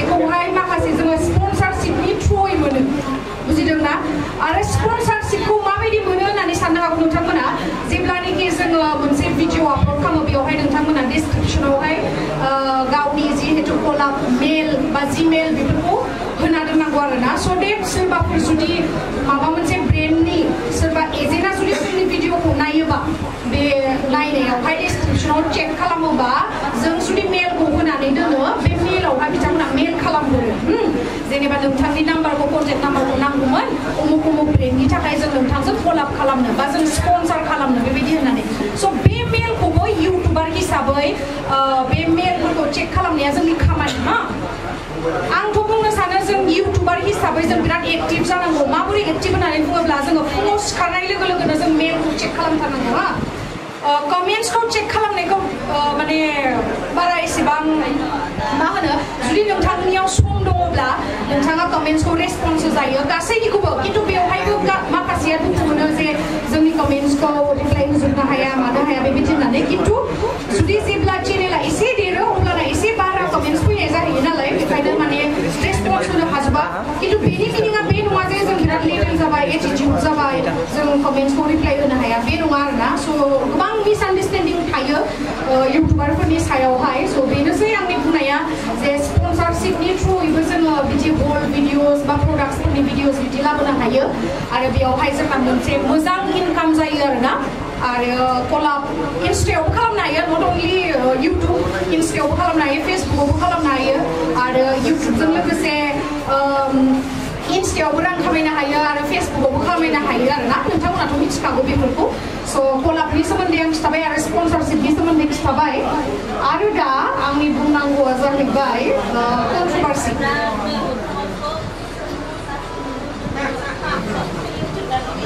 दसे सिरि थागोन नामा काइन्डलि एसे माने दायो इम्पर्टेन्ट टपिकआव फैदों नालाय कन्ट्रभार्सिनि सायावहाय जागोन सोंथि माने बिनि सायावहाय फंनैसो बिबुंथि होनो नागिरदों अननानै खोनासंलाय जाहाथे बे जों बयबो खोनासंलायनानै जाहाथे जोङो बुजिलायो आन्डारस्टेन्डिं जालायलायो दिनैनि मथ'आनो बेनो स' जों दा कन्ट्रभार्सिनि सायाव रायलायनोसै मालाबा मानसिया जों मानसिथ' मोनब्रै आइथिं थानाय जुनाराबो लायनो मालाबा गाबलेनो स' जोंथ' मोननै माने थोंनै आइथिं थानाय हिसाबै जों माब्लाबा बुंफ्लाङो माब्लाबा गादलेनफ्लाङो स' बेयावहायनो कन्ट्रभार्सिफोरा स्टार्ट जायो जेबो नङा माने मा होनगोन बुंफ्लांनायाथ' बुंफ्लांखायो मालाबा स' बेवहाय निमाहा बियोब्ला जों बेखौ निमाहाखौबो होनो रोंनांगौ जेरैहाय सोरबा जुदि गाज्रि भिडिअ होबाय थाग्रा बे मानसिया जुदि मोजाङाव फैबायब्ला जों बेखौ इनसाल्ट होनाङा जों बेखौ मा होनो मटिभेटसो खालामनांगौ जे दे जेबो नङा पास्ट इज पास्ट बेबायदि साननानै जों बेखौ मटिभेटसो खालामनांगौ बे नङा जे नोङो बेबायदि भिडिअ बानायोमोन नों दासो मानो बिदि खालामगौ बेबायदि होननानै जों बेखौ इनसाल्ट खालामनाङा जुदि बेबायदि होननानै जों इनसाल्ट खालामोबा बेबायदिनो थाबाय थागोन जेब्लाबो माने चेन्ज जानाय नङा आरोना स' कन्ट्रभार्सिनि सायाव मा होनबावनो आङो जों बयबो बर' इउटुबार्स हिसाबै बयबो खौसेथियाव फैनांगौ बयबो ज' जानांगौ जेरैबायदि दङ मिथिया बुंबाय जे ज' जानानै जोङो सोरखौबा हेल्प होबा बिराद माने मा होनो जों सासे जेरैबायदि हेल्प होबा बेनिख्रुइ बांसिन जों ग्रुप वाइसआव खामानि मावोबा बांसिन लाब जागोन आरोना जोंहा स' जों माबाफोर जुदि सोरबा इउटुबारनि भुल नुदोंबा बेखौ डाइरेक्ट फन खालामनानै बा डाइरेक्ट भिडिअनि गेजेरजोंबो बुंनांगौ जे बेबायदि नङा नोंनिया एसे भुल जाबाय बेबायदि आरोना रस्टिं खालामबाबो माखासे रस्टिंनि रुल्स थायो बा माखासे माबा टेकनिक थायो आरोना रायलायनाय बुंनायनि स' बेखौहाय मोजाङै बुजिनानैसो खालामनांगौ आंनिफ्राय बे मोनसे खावलायनाय आरो ओमफ्राय माखासे इउटुबारफोरा नुजाफैनो हायाखै बेखौ जों गाज्रि मोना माखासे पार्सनेल खामानिफोरबो थायो हिसाबै आरो जायफोर नोंथांमोना नुजाथिफैनो हादों आंनि गोसो गोरबोनिफ्राय साबायखर नोंथांमोन फैयामोनब्ला जोंनि बे मिटिङा मेहेरगोनां जानाय नङामोन आरो आं बिराद गोजोनदों बेबायदि इउनिटियाव फैनायखौ आरो गुबुन हारिफोरनाथ' बिदि इउटुबार्स मिटआप बेफोरबायदि प्रग्रामा जाखाबाय थायो नालाय स' जोंनाबो बे फार्स्ट टाइम जायो गोसोआव थासिगोन लाइफआवहाय आरो माबाफोर सोंथि सोंनांगौबा सोंनो हागोन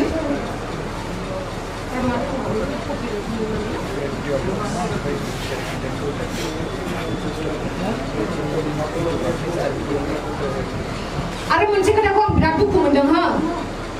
जोङो पार्सनेलि जोंनि मेलेमजों बा जोंनि गियानजों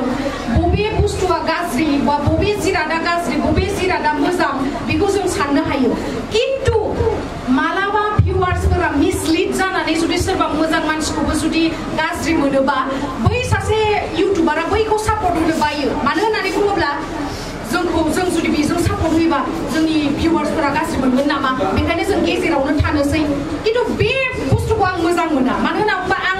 आं माने डाइरेक्ट अपेन माइन्डेडनि मानसि हा सोरखौबा जुदि आं मोजां नुदोंबा आं डाइरेक्ट बुंखायो बिदि नङा जे सोरबा भिउवार्सआ आंखौ नायनाय नङा बैजों सापर्ट होनायखाय नायनाय नङा बेबायदि नङा माने गावहा मेलेम दङ गावहा बुजिनो साननो हानाय गोहो दङ स' नोंथांमोना मालाय सोरबा भिडिअ बुंबानो अ बे गाज्रि बेबायदि साननाङा आरोना सोरबा गाज्रि आसि थुयै थुयै बुंबानो गाज्रि बेबायदि होनना साननाङा गावनाव मेलेम दङ साननो हानाय गोहो दङ स' गावनि पइन्ट अफ भिउजों जाज खालाम मालायनि पइन्ट अफ भिउजों नङा दा गोबाङानो प्रकाश बिथांखौ गाज्रि मोननानै दङ जे बिथाङा इउपिपिएलनि सासे सापर्टार हिसाबै बिथाङा रङियाव लादों जिहेतु प्रमद बर' सारा जोंहा रङियानि बा रङियाव थायो बेखायनो बेसो स्पन्सर खालामदों नामा बेबायदि होननायखौ आं बिराद दुखु मोनदों आरो प्रकाशआ दाल' नङा भाइ सिगांनिफ्रायनो बिराद खस्थ' खालामो आरो बिराद हेल्प होबोदों जोंथ' मैया दाख्लैनिसो हेल्प होग्रा बेथ' सिगांनिफ्रायनो गावनि फैसाजों नङाबाबो माने इजि नङा नोंथांमोना मालाबा प्रकाशनि खामानिखौ मावना नाय बा नोंथांमोना साननो हागौ प्रकाशजों लोगोखाय प्रकाशखौ मा होनो तारिफ खालामगासिनो बा बाख्नायगासिनो बिदि नङा जोंना प्रान्जलबो दङ आरो दा देरहासार इस्लारि बा जेम्सआनो होन बा एमजेआनो होन बिथांमोनाबो बयबो सापर्ट खालामो खिन्थु बेवहाय जे जोङो सिगांनिफ्राय सापर्ट खालामबोबाय थानाय मानसिखौ माबा मोनसे बुंफ्लांनायाव गाज्रि मोननो नाङा आरोना मानसियाथ' बुंफ्लांखायो नालाय दा मानसिफ्रा बिदिनोसै माने सिगांनिफ्राय मोजां मोजां खामानि मावबोबाय थाबाबो जुदि मोनसे गाज्रि फिसा खामफ्लाङोबा बे गाज्रिखौनो लानानै बुंबाय थागोन आरोना बे गाज्रिखौनो लानानै सोंखारिबाय थागोन खिन्थु जोङो बेखौबो गोसोआव लानांगौ जे बे बिथाङा सिगांनिफ्राय मा मावबोखो सिगांनिफ्राय मा खालामबोखो जोंनि थाखाय बिथाङा जों बर' हारिनि सोरबा सुबुंफोरखौ हेल्प खालामनानै जेबो मोना खिन्थु बिथाङा सासे ससियेल वर्कार हिसाबै बा मोजां मोनो हिसाबै मावो आरो जों बेखौ एप्रिसिएट खालामो प्रान्जलखौबो होन बा सोरखौबा देरहासार बा सोरबा जेम्सआनो होन जोंनि बर' हारिनि थाखाय मोजां मावदों जों बेखौ एप्रिसिएट खालामो खिन्थु नांलायनाङा आरोना मालाबा जों बुंफ्लाङो आंबो बुंफ्लाङो मालाबा मिथि नार्जारियाबो मायबा मालाबा बुंफ्लाङो बा सोरबा लाथावानो जा सोरबायानो जा बयनाबो कन्ट्रभार्सि एसे स्टार्ट जायो खिन्थु जों बेखौ इउटुबार जेनेबा इउटुबारजों जुदि ग्रुपाव थानानै जुदि जोङो बुंलायलायोबा जे नोंथांमोना गाज्रि मोननाङा बा आंहा माबा मोनसे भुल जाबाय दा जोङो इउटुबार मिटआप खालामदों मानो मोनसे इउनिटियाव थानो मोनसे ग्रुपाव थानो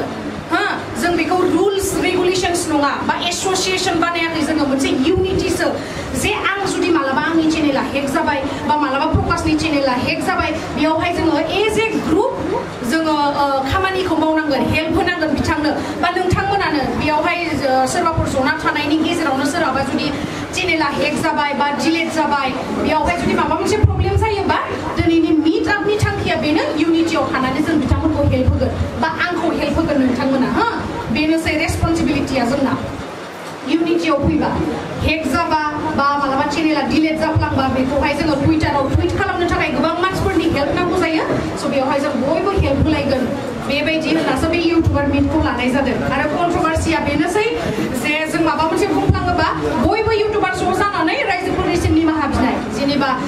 गेमस्रि बिथाङा इदि बुंफ्लांबाय नोंथांमोना निमाहा होनो जिखुनु जों इउटुबार नालाय इउटुबार बयबो ज' जानानै थानांगोन नङा होमबा मालाबा नोंथाङाबो भुल जागोन बे नङा जे नोंथाङा माब्लाबाबो भुल जाया नोंथाङा मालाबाबो कन्ट्रभार्सियाव गोलैया बेखौ दासान मालाबा नोंथाङाबो गोलैगोन मालाबा बिथाङाबो गोलैगोन मालाबा आंबो गोलैगोन बेवहाय जों इउटुबारा इउटुबारजों ज' जानांगोन अब्लानो जोंखौ रावबो जेबो होबथानो हानाय नङा नङा बेफोरबायदि आरो स' बेनोसै आंनि बुंनाया आरो लोगोसे गोबाङानो आरो बिदिबो सानो इउटुबाव भिडिअ होनाय लोगो लोगो फैसा आरजिखायोनो उमुगा उमुग गाज्रि बेबायदि नङा इउटुबाबो मोनसे हाजिरा मावनायसो मिथिबायना इउटुबा मान्थलिसो फैसा मोनो डेइलि फैसा मोना डेइलि फैसा मोननाया माने मा होनो दाजाबजोबनासो जोङो मान्थलियाव मोनो बेफोरबायदि आरो जुदि जों दिनै भिडिअ आपल'ड होआबा दिनैनि फैसाखौ जों मोना जेरैहाय हाजिरा मावनो थाङोबा हाजिरा मावनो थाङाबा जों फैसा मोनो नामा मोना नङाना थिग बेबायदिनो इउटुबावबो जेब्लाबो एक्टिभ जानानै थानांगौ मोजां मोजां भिडिअ होनांगौ आरो आङो नोंथांमोनखौ बा आंखौबो जोंबो साक्सेसफुल इउटुबार नङा बेवहाय थानायफोरा बयबो जों स्ट्रागलसो खालामगासिनो गुबुन हारिनि इउटुबारफोरनि जिहेतु साबस्क्राइबारनि अनजिमा बेफोरजों जुदि जोङो कम्पेयार खालामोबा जोंना जिर'सो होनजायो नङा होमबा गुबुनफोरनाथ' 1 million subscriber. So बेनोसै आंनिफ्राय जे जोङो इउनिटियाव थानांगौ नोंथांमोना थानो गोसो दंना गैया माने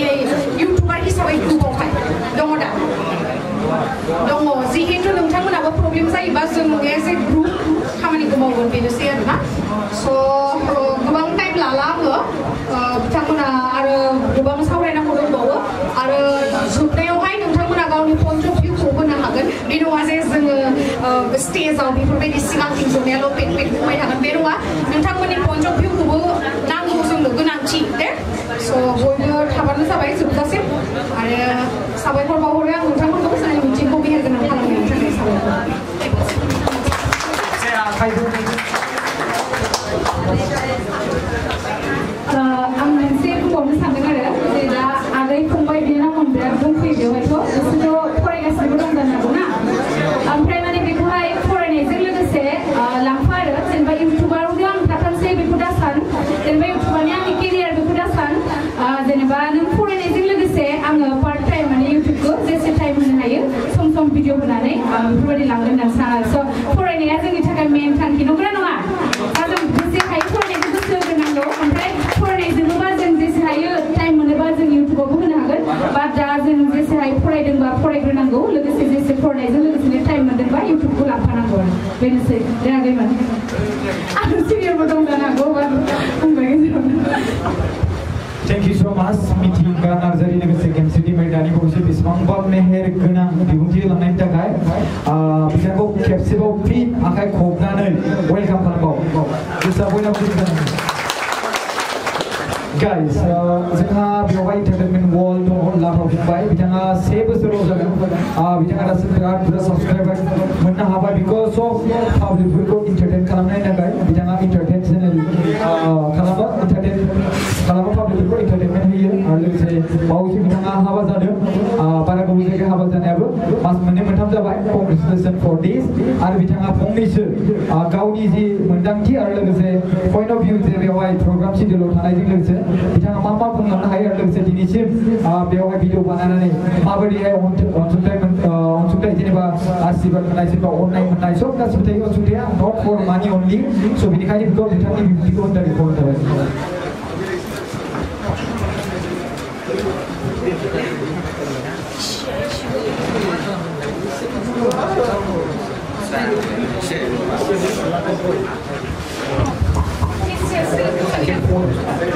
अच्छा दिनैनि नैबे इउटुबार मिटआवहाय गासै नुजाफैनो हानाय आदा बाजैमोन फंबायमोन गासैबो जायखिजाया नुजाफैदों गासैनिसिमबो आंनि गोसो गोरबोनिफ्राय खुलुमनायखौ जासिहरनाय जाबाय नमस्ते लन्डन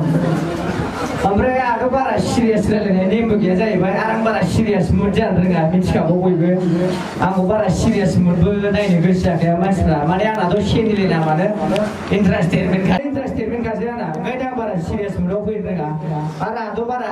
बेफोरबायदि माइक स्पिकार हमनायबो बेबहार गैया माजे माजे प्रग्रामफ्राव इनभाइट खालामबाल' दांहैनो मोननाय जायो दाबो बारा जाखायाखै खनथामसोल' माइक दांनो मोनदों दाबो प्रग्राम गाखोनायाहाय आंनि जाखिनि आंनाव गोसोआव दङ आं माखासे बुंलांगोन माबायदि बिथिङाव मानसिफ्रा माबायदि सोलिनानै थानाया मोजां माने आं माखासे आंबो माबायदि दैजोआव थायो माबायदि कन्ट्रल खालामनानै थायो आंबो बेखौ आं बुंलांगोन आरो माखासे दा मोजां खोनासंलांबानो जाबाय मेन पइन्टआ एक नाम्बार कुइसना बेनो जाहैबाय इउटुबनिहाय माने आं इउटुबनि फारसेसो बुंखागोन नालाय इउटुबनि फारसे ओमफ्राय फेसबुक पेजनि फारसे बुंगोन आं मोननैल' बुंखागोन बारा बुंनायनि सबाबो गैखाया माबाफोर गोरोन्थिफोर जायोबा निमाहा होगोन खना खनलानि मानसिफ्रा आरो गोसो गोथारै दा मेन पइन्टआ बेनो आं बांद्राय सिरियास रायलाया आंना बांसिन एन्टारटेनमेन्टसो जायो नालाय ओंखायनो आं रायलायबाथाय आं जेखि रायलाया आं मिनिं ओंखारखायो हारसिंबा मिनिं ओंखारखायो नोंसोरनो नायनानै आंनि भिडिअखौ मिनिगोना मिनिया आंनि भिडिअ नायनानैलाय मिनिना डाइरेक्ट जेन नटिफिकेसन फैबाय फ्लाट फैबायबो डाइरेक्ट मिनिबायबो नंगौना नङा माने आंनि मोखां नुबानो मानसिफ्रा मिनिग्रा दं दासिमबो दङ माने आं दाखालिसो थांदोंमोन ओमफ्राय बाहायबो आंनि मोखां नुनाय लोगो लोगो दखानावनो सासे बुरिया मिनिनानै जंसोलानो बिसोर मिथिबाय दा आंनि मोखां नुबाय मिनिग्रा मानसिफोर दं दासिमबो दं अनेकनो दा आङो दा एसे लास्टआवहाय खोन्थानोसै दा एसे आं सिरियास मुड जानानै रायलायदोंमोन आरो सिरियास मुडबाबो माने एसे एन्टारटेनमेन्टजोंनो रायलायलांगोन आङो बारा सिरियास रायलायखाया दा माने एक्सुवेलि बुंनो थानाय जाहैबाय मेन पइन्टआ इउटुब इउटुबनिखौ खोनासंग्रोबानो जाबाय आं माने इउटुबनि फारसेसो बुंखागोन नालाय इउटुबनि जे कमेन्ट्सफोर फैयो नोंथांमोना गाज्रि मोनो ना मोना बे गाज्रि कमेन्टफोरखौ सोरबा सोरबा गाज्रि मोनो ना गोसो गाज्रि मोनो दा मोनोना इउटुबाव कमेन्ट गाज्रि फैबा गाज्रि मोनो ना मोना गोसोखौ मोनो दा मोनगोन ना मोना मोनो दा आच्छा दा बेफोरखौ माखासे सोरबा कमेन्ट फरायो सोरबा कमेन्ट फराया जेन'बा आंनि भिडिअ हगारबाय ओमफ्राय आंनि कमेन्टखौ आंबो फरायनो गोसो जागोन ना जाया दा बैयाव आंहाबो सोरजोंबा कमेन्ट गाज्रि हरजाबा आंहाबो एसे दुखु मोननाय फैगोन दा बेफोरखौ बादो मिथिबाय दा माने एक्सुवेलि माने 100आव मिथिखागौ नोंसोरबो 50%आव 75%आसो गाज्रि जायो होननानै माने साफ्रोमनिबो गोसोआ मोजां थाखाया सोरनाबा गाज्रि सोरनाबा मोजां माने जोंनि बर'आसो बेखौ बांसिन मिथिबाय दा माने जोंनि बर'आसो गावजों गाव बांसिन नायलायनो हागौआ मा जाहैथाय नङा गावजों गावसो नायलायनो हासिना बिसिना माने बर'जों बर' सापर्ट खालामनानै नागारो माने बखिलायनासो बांसिन आरो सुखाया आं जावनांगौआथ' जेबो नङा आं जावनो हायो खिन्थु जेबोसो बुङा माने आंना चेनेलानो इन्टारटेनमेन्ट नालाय ओंखायनो आं जेबो बुङा खिन्थु जोंबो बेबायदि जावलायनायखौ बुंलायनायखौ बुंबा जोंबो हायो नाथाय जों बेबायदि कन्ट्रभार्सिखौ जों लुगैया बेबायदिया माने गोमानानैसो थाङो आं बेखौ लुगैयो आरो देखायनायसो जायो बेफोर मोनसे माने जोंनि बर' हारिया गावजों गाव दावराव दावसि खालामलायनानै देखायगासिनोसो देखायाखैबो माथो देखायजोबनाय बे गासिबो देखायजोबनाय बै गुबुन हारिना नायगासिनो सोरबा बुजिग्राया बुजिखायो बैसोरजों दावराव जालायदों देखायजोबनाय बे गासिबो मोनफा मोनफा देखायनाय बै उमुखजों बेजों दावराव जादों बेबो मोनसे देखायनाय गासिबो देखायजोबनाय बे खुनु रुल्सआवनो गोलैखाया बे ओंखायनो कन्ट्रभार्सिखौ जोंहा जेरैखि जाया अफ जानांगौ स्टप जानांगौ जों बेखौ लुगैया माने बयबो जाखिनि जोंनि बर'निनो गेदेर इउटुबारफोर दं जों बुङो आरोना जोंनि फिसा गेदेरफोरखौबाबो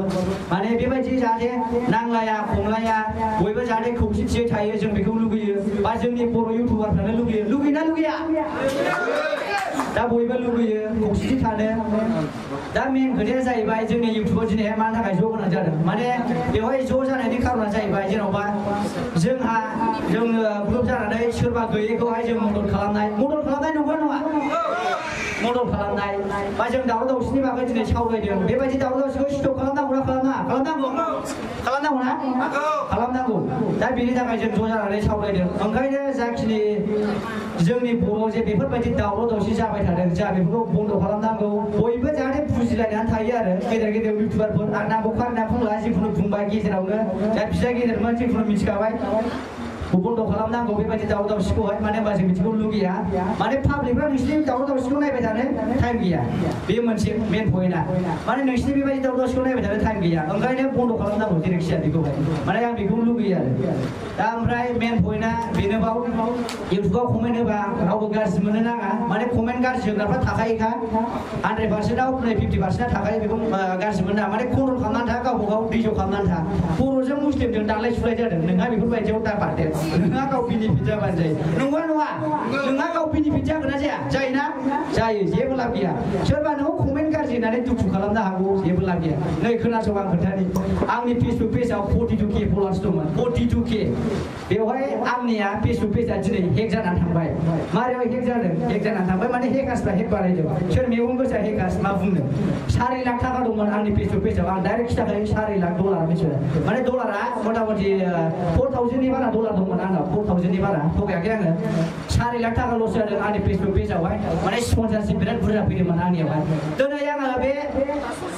आंनि फेसबुक पेज हेक जानानै थांनायखौ सोरबा जुदि एसे गाहाय थाखोनि मानसिया जुदि जाजानाय मोनबा दिनै बै मानसिया सुइसाइड जागौमोन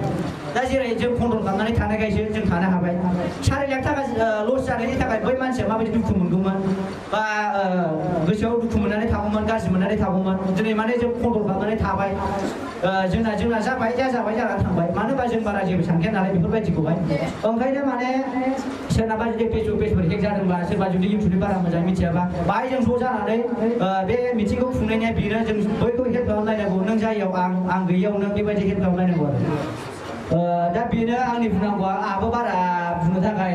माबा खुगायाव बारा राव गैया जाहैबाय आं बांसिन इन्टारटेनमेन्टसो खालामो नालाय ओंखायनो दा आंनि चेनेलखौथ' बयबो नायजोबखायो नायगोना नाया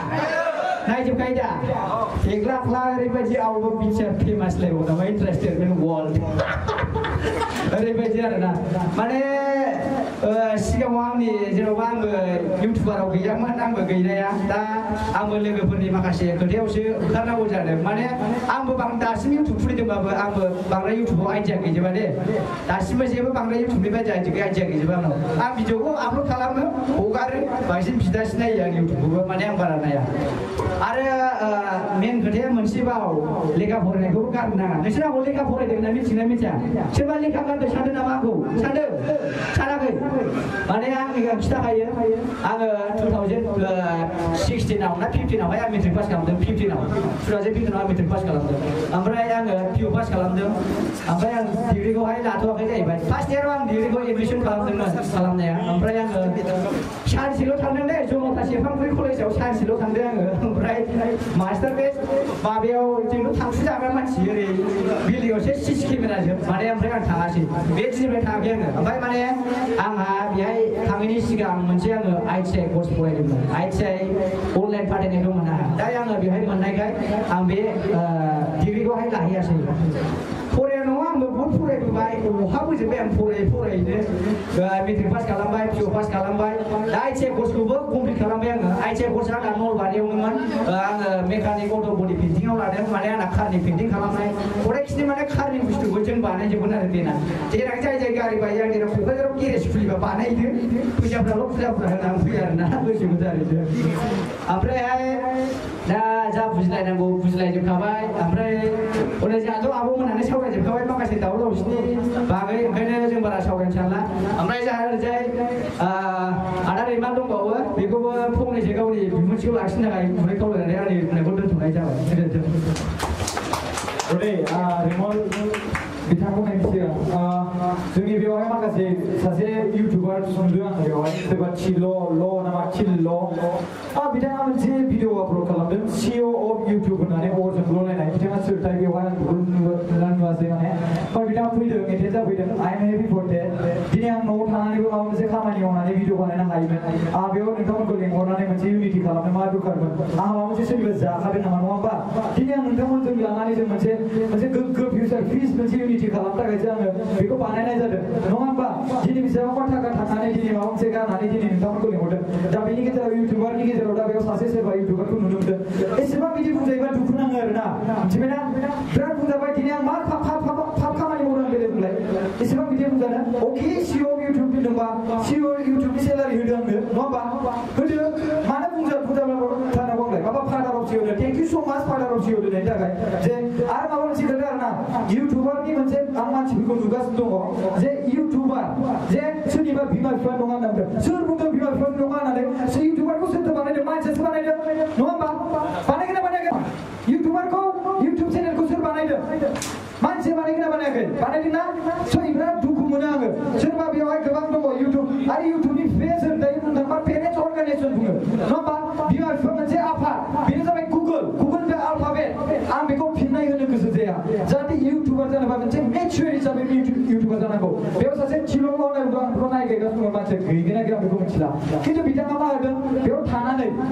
CEO इउटुब अरजों ल'लायनाय मोनसे टेग होदों आरोना बिराद दुखु मोनो आं दे बिदि आं न'आव थानानैबो दा भिडिअ मोनसे कन्टेन्ट खालामनो हायोमोन सोरनिबा न'आव थांनानै आं भिडिअ बानायबाय थायोमोन आं मानि थाखाय लादों बेखौ जों बयबो मोनसे थांखि दं जों बयबो इउटुबारफ्रा लोगो हमलायनानै मोनसे भिडिअ बानायनाय बा जों मोनसे रायज्लायलायनाय ज' थालायनाय नङा होमबा नोंगौना नङा रायजो राजाफोर नंगौना नङा आं न'आव थानानैबो भिडिअ बानायनो हागोन ना हायामोन दे बुंलाय मानो इसेबां बिदि बुंजाबाय थानांगौ दे आं देलाय आं मा इसेबां बिदि बुंजायोबा दुखु नाङो आरोना जे जेनेबा इट्स अके दा जुदि गाज्रि बुजिलायदोंबा बेखौ बुजिलायनो थाखायनो बे मिटिंखौ खालामदों बा जुदि मिटिं खालामसेयावबो जुदि बुजियाबा अब्ला बेयाव बिदि अभार खालामबा दुखु मोनो गोबां दुखु मोननाय जायो आंबोथ' मानसिसोना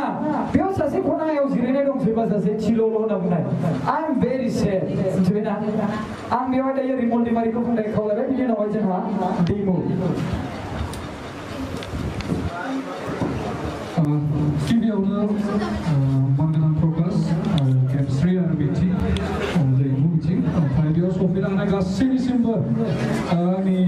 माने गोसो गोरबोनिफ्राय गाहाम हामलायनाय नोंथांमोननिसिम जासिहरनाय जाबाय आंथ' मा बुंबावनो जोंहा मिथि नार्जारिया बुंबाय गावनि केरियारखौ माबायदि स्टार्ट खालामनाय नेगेटिभिटि फैयोबा बेखौ माबायदि फाइट खालामनांगौ बेखौ केमस्रिया जोंहा बुंबाय ओमफ्राय बिथिं जोंहा एन्टारटेनमेन्ट वर्ल्डआव बुंबाय नेगेटिभ कमेन्टफोर फैयोब्ला बा माबा नोंनि चेनेलफ्राव माबा मोनसे प्रब्लेमफोर फैयोब्ला माबायदि माने हेन्डेल खालामनांगौ गावखौ दा बे बुंना थांबाय थ' गासै खोथाखौ बिथांमोना बुंजोबखाबाय आङो आरो एक्सप्लेन खालामनो गोनां गैलिया बिथिं गला कलाबरेशन बा माबायदि स्पन्सरशिपनिफ्राय आर्निं खालामनो हायो थ' बेफोर गासै खोथाखौ माने जोंहा गेमस्रि मेडाम मिथि मेडाम बिथांमोना बुंजोबखाबाय आं माने बेफोरखौ बुंलिया जास्ट आंनि माने आंथ' जेनेबा मेजर मा होनो इउटिउबार होननानै आं माने गावखौ सानो आं माने गावनि चेनेलावहा नोंथांमोना मोनथियो सोरबा सोरबा मोनथियाबो जानो हागौ आं माने गावनि चेनेलाव आं नोंथांमोनाथ' माने मिन्थियो खोमा आं मेथाइ खनो होननानै सोरबा सोरबा मोनथियाबो जानो हागौ बेखौबो थ' मेथाइ खनो आङो थ' मेथाइ खननायनि आङो जिथुनाखि रेकर्डिंफोरखौ माबायदि खालामो मेथाइखौ माबायदि रेकर्ड खालामो माबायदि रेकर्ड खालामनानै माबायदि माने इउटिउबाव हगारो माबायदि प्रसेसफोरा आंनि माने मिउजिकनि जेसेबांखिनि माने प्रसेस दङ अडिअ बानायनायाव बेफोरखौ माने आङो ब्लगिं बानायनानै हगारो आरोना स' बेफोरखौ आं बुंनो थाङाखै माने आं फार्स्ट जेनेबा माबायदि स्टार्ट खालामनायमोन आंनि खामानिखौ थ' आं बेखौसो बुंनो नागिरदों जेब्ला आङो क्लास 9मोन अब्लानिया आङो माने बे कालचार लाइनाव माने आगान होजेनदों आरोना क्लास 9 जाब्ला आङो माने गावनि आंनि फार्स्ट अडिअखौ आं बानायदों बिनि उनाव जेब्ला क्लास 10 जायो फार्स्ट अडिअ माने अडिअआ माने मा होनो पाब्लिश जायाखै ससियेल मिडियायाव थ' बिनि उनाव आङो सेकेन्ड माने अडिअ बानायदों जायनि मुङा जादों माने नोंनि अनगा कभार खालामदोंमोन आङो हिन्दीनिफ्राय टु चेनारस थ' सोरबा खोनादोंबो जानो हागौ बेयाव सोरबा खोनायाखै जानो सोर खोनादों देलाय खोनादों दा गोबाङानो खोनादोंबो जानो हागौ बेबादि आं माने स्टार्ट खालामदों माने बिराद स्ट्रागल आरोना लाइफआव मेथाइ बनायनो थाङो फैसा गैया माने बिराद हेंथा दंमोन आरोना बेफोर हेंथाखौ गासिखौबो माने जेबो साना लाबानो गोगोम गसंना थानानै मावनानै आं माने दिनै बे स्टेजसिम मोनफैदों आरोना थ' आं बेखौनो बुंगोन जेरै मिथिया बुंदों बे मिडिल क्लास फेमिलिनि होननानै सेम आंबो माने मिडिल क्लास फेमिलिनि थ' बहुत स्ट्रागलजोंसो माने बे स्टेजसिम सफैदों आङो दायो थ' नोंथांमोनखौ आङो बुंगोन गोबाङानो बेयाव माने जोंफोरबायदिनो मिडिल क्लास फेमिलिनिनो न'खरनि मानसि जानांगौ थ' माब्लाबाफोर जेनेबा भिउसफोर थाङाखै बा मायाखैबा नोंथांमोना डिसएपइन्ट जानाङा माने गोसोखौ गोगोम लाखिनानै माने नोंथांमोना भिडिअखौ बानायलांबाय था आरो गावखौ माने माब्लाबाबो माने लोरबां खालामनानै ड्रप खालामना दोननाङा आरोना जि नोंनि फरायनाय लिरनाय जेरैबायदि मिथिया बुंफिनदोंमोन दहाय फरायनाय लिरनायजों लोगोसे इउटिउबखौ लाफाबाय था होननानै माने मेजर हिसाबै इउटिउबखौ लानाङा होननानै जिबायदि मिथिया बुंलांदोंमोन दहाय थ' आंबो बेखौनो बुंगोन नोंथांमोना माब्लाबाफोर भिउस थाङाखै बा नोंहा साबस्क्राइबार बारायाखै नोङो मोजां कमेन्ट मोनाखै बेफोरखौ नोंथांमोना जेबो साना लाबानो फरायनायजों लोगोसे माने पार्ट टाइमाव इउटिउबखौ लांफाबाय था नोंथांमोना जुदि हार्ड वर्क खालामदोंब्ला सानसेबाबो नोंथांमोना साक्सेसखौ मोनगोन आं नोंथांमोननो माने बेखौ आंनिफ्राय माने गोगोम माने गोसोजों नोंथांमोननिसिम बुंहरो आरोना स' एसां आंहाबो खोथा बुंनो हानाय माने पावार बेबायदि गैया जास्ट स्टेजाव थांबाय मेथाइ खनबाय आंना बेबादिसो मा होनो बेबादि गोगोम गसंनानै माने मा होनो स्पिच होनो बा नोंथांमोनखौ एक्सप्लेन खालामनो माने एसेबां माने गोदोर माने माबा गैया आरोना स' बेबादि बेनिखायनो आं बेखिनिखौनो बुंनानै दोनबाय नोंथांमोना मालाबाबो डिसएपइन्ट जानाङा माबा मोनसे नेगेटिभिटि फैयोब्ला नोंथांमोना पजिटिभ दं बेखौ नोंथांमोना मा होनो फेजेननो नाजा आरोना अरायबो नोंनि साननायाव पजिटिभिटिखौ लाबो थ' बेसेनोसै गोजोन्थों थेंक इउ स' माच Thank you so much for joining थाखाय आं खबाव खेबसेबाव दायो जोङो जोंहा दैमु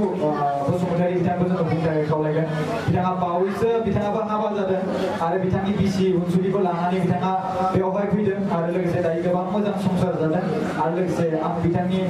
जि खामानि मावनाय दा एट प्रेजेन्ट आं बेखौ गोबां बाख्नायो थेंक इउ स' माच फैनायनि थाखाय दैमु प्लिज नोंथांनि भेलुबल पइन्टखौ होबानो जाबाय नोंथाङा कन्टेन्टखौ बेवहाय नायबानो जाबाय मा मा बुंदों नोंथाङा गिबि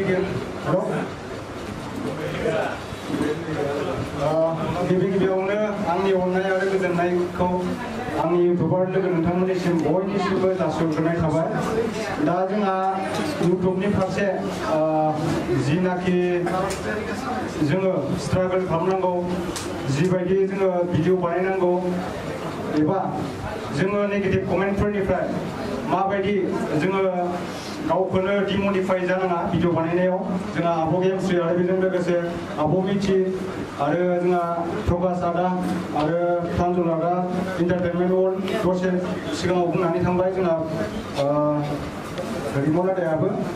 दा बेखौ आंनि सिबां आं जिनाखि प्रब्लेम मोनबोदों आं जिनाखि इउटुब चेनेलाव जिबायदि एक्सपिरियेन्स मोनबोदों आङो बेखौ नोंथांमोननो फोरमायनो सानो आरो जोंहा इउटुबाव जिनाखि जोङो गावजों गाव दान्थे बिदान्थे सोरखौबा माबा मोनसे बुंनाय सोरनियाबा आं जिखिनि एक्सपिरियेन्स मोनबोदों नोंथांमोननो गिबियावनो जोङो इउटुब चेनेलखौ मनिटाइज खालामनो थाखाय 1000 साबस्क्राइबार नांग्रोगौ बिनि उनाव जोङो 4000 वाट्स आवार नोंथांमोननि भिडिअखौ 4000 घन्टा जानांगोन आरोना 5 मिनिटनि नों भिडिअ बानायोब्ला बिदिनो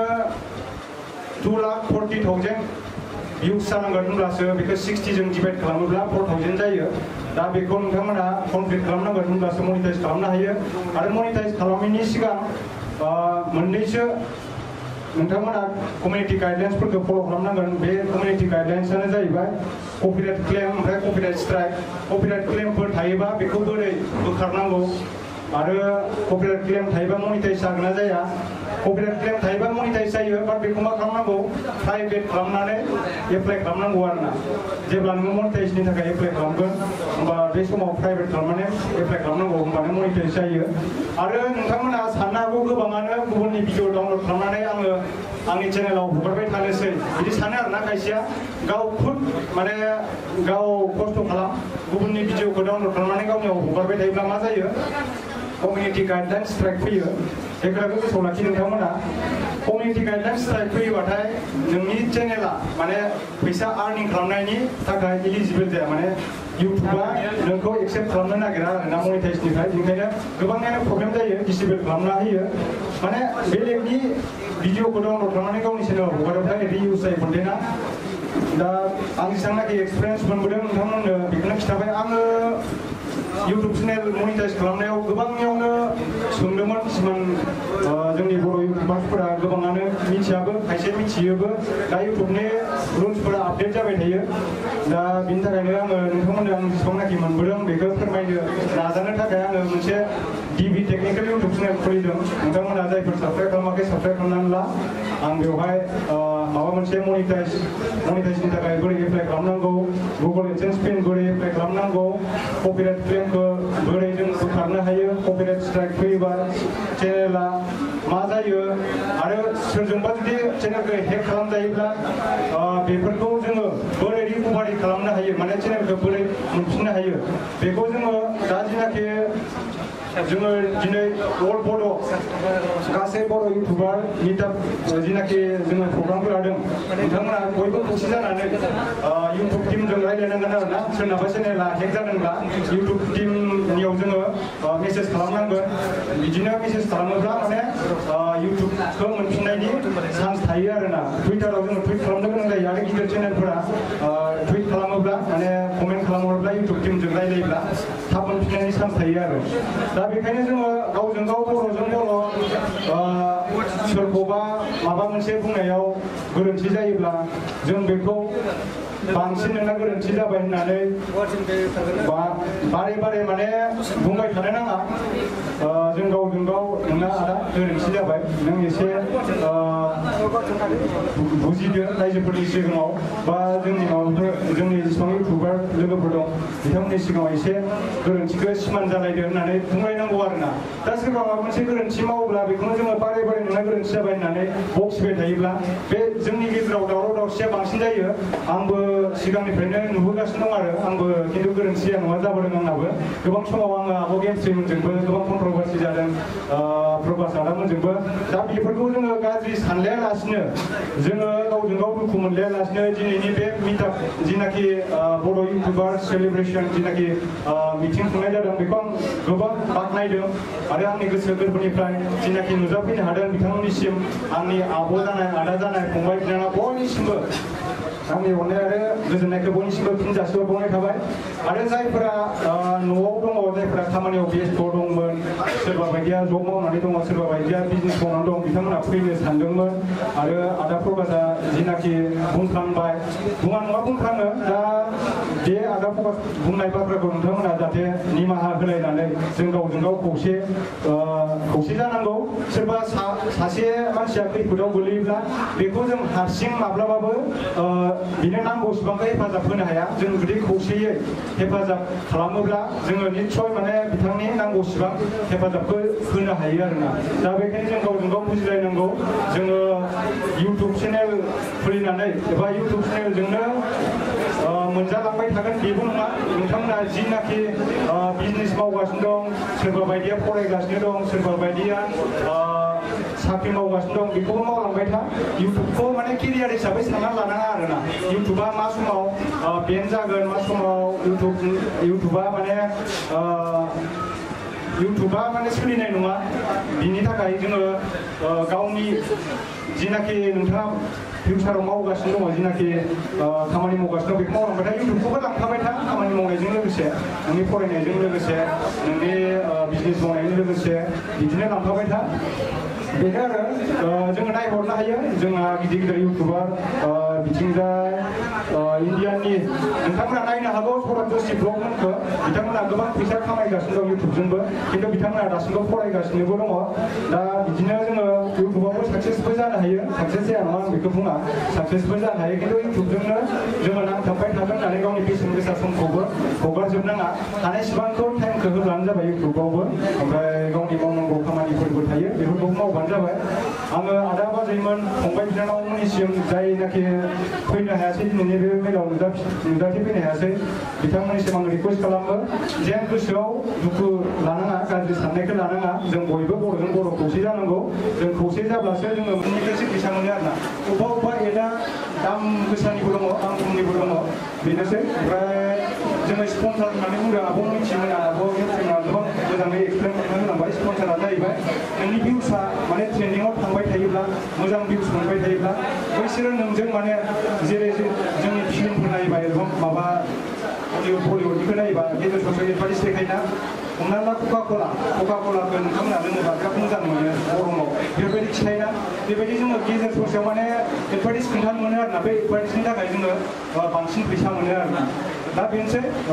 जायफोरा इउटुबजों साक्सेस जानो गोसो दं बिथांमोना नाजालांबाय था फरायनायखौबो फरायलांबाय था आरो बेजों लोगोसे जों रावखौबो गाज्रि सानलायनाय मोनसा मोनलायनाय बेफोरखौ ज्राब गारनानै जों गावजों गाव बुजिलायनांगौ बुजिलायब्लासो जोङो मोजां आरोना जोंनि हारिनि थाखायबो जोङो मोजां खामानि मावलांनो हागोन बा जोङो इन फिउचाराव फैबाय थानाय गाज्रि सोमोन्दो जालायनाया मानो होनबा जों इउटुबारसो गुबुनखौ मटिभेट खालामग्रासो जों मानो जों बेबायदि खालामनानै रायजो राजाजों गाज्रि मोनजानो स' बिनि मिनिङानो बे democracy right and content YouTuber बिनि मिनिङा जाबाय बयहाबो बुंनो हानाय मोन्थाय दङ बयहाबो it is a democracy country स' बेयावहाय कन्टेन्टफ्रा बयहाबो डेम'क्रेसि मोन्थाय दङ बिनि मिनिङा बे नङाखि बयबो गावबा गावनि मान सन्मानखौनो जाजोबलायनाय स' बिनि खेत्रआव कन्टेन्टखौ माब्लाबाबो गावनि मान सन्मानखौ जालायनाय कन्टेन्टसिम खालामनो नाङा जे डेम'क्रेसि कान्ट्रि होननानै फिउचार इउटुबार जोंनि जा खामानि मावनायखौ जाहाथे थुलुंगा जाथों जोंनि इउटुबार फैगोनफ्रा बेबायदि नङा जे जों नांलाय खमलाय खालामबाय थायोब्ला एग्रेसि एयावनो ए खालामबाय थायोब्ला जे जोंनि फिउचार फैगोन इउटुबारफ्रा जाहाथे बिनि सायावहाय गाज्रि आन्दारस्टेन्डिं खालामनानै जोंखौ गाज्रि मोना बिनि सायाव जों बे बाथ्राखौ टपिक पइन्ट नैबे पइन्टखौ लानाय जादोंमोन आसा खालामो सर्टआवनो बुजिगोन थेंक इउ स्टप कन्ट्रोभार्सि जों बयबो लुबैयो दिनैनिफ्राय मा दिनैनिफ्राय मा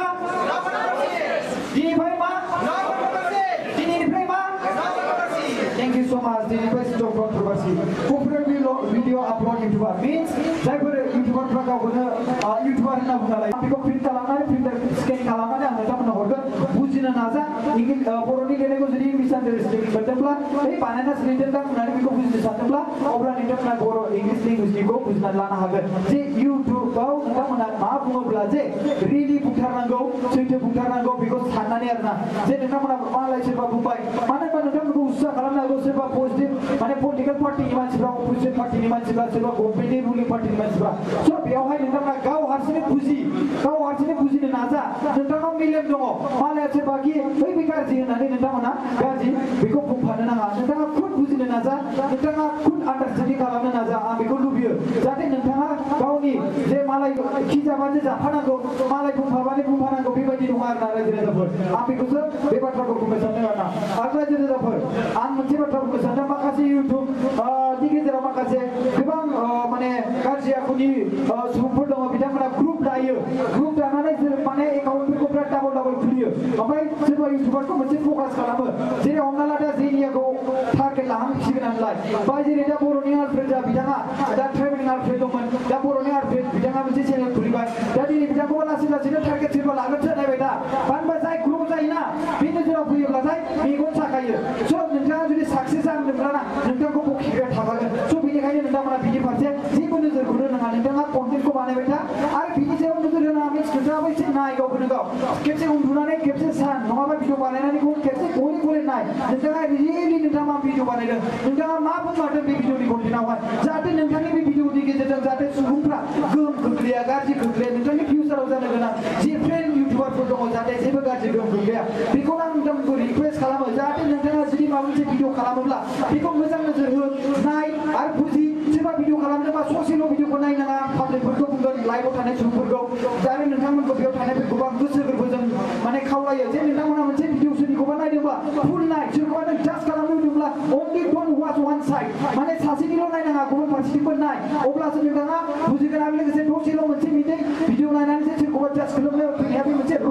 होमब्ला बेखौ फार्स्टनिफ्राय नोंथाङा नायनांगोन फार्स्टनिफ्राय फैनानै नायनांगोन बिथांमोना बबेनिफ्राय स्टार्टआप जादोंमोन मानिफ्राय स्टार्टआप जादोंमोन बाय सोरबा माबा मोनसे इन्टारनेटनि सोरबा कमेन्ट खालामदों नामा सोरबा इन्टारनेटनि सोरबा भिडिअ कन्टेन्ट लाबोदों नामा बेफोरखौ नोजोर नांगोन बिनि उनावहाय बेखौ जास्ट खालामनाया गाहाम आं बेखौ सानो स' बेनिखायनो थेंक इउ स' माच आं खेबसेबाव जोंनि बर' हारिनि इउटिउबार बेवहाय नुजाथि फैनायखौ आं गोसो गोरबोजों गोजोननाय थाबाय आरो बेवहाय जिखिनि सोरबा खरस थांदों मादों बेखौ don't mind just enjoy yourself and let's डु इट नङा होमबा जय बर' हारिनो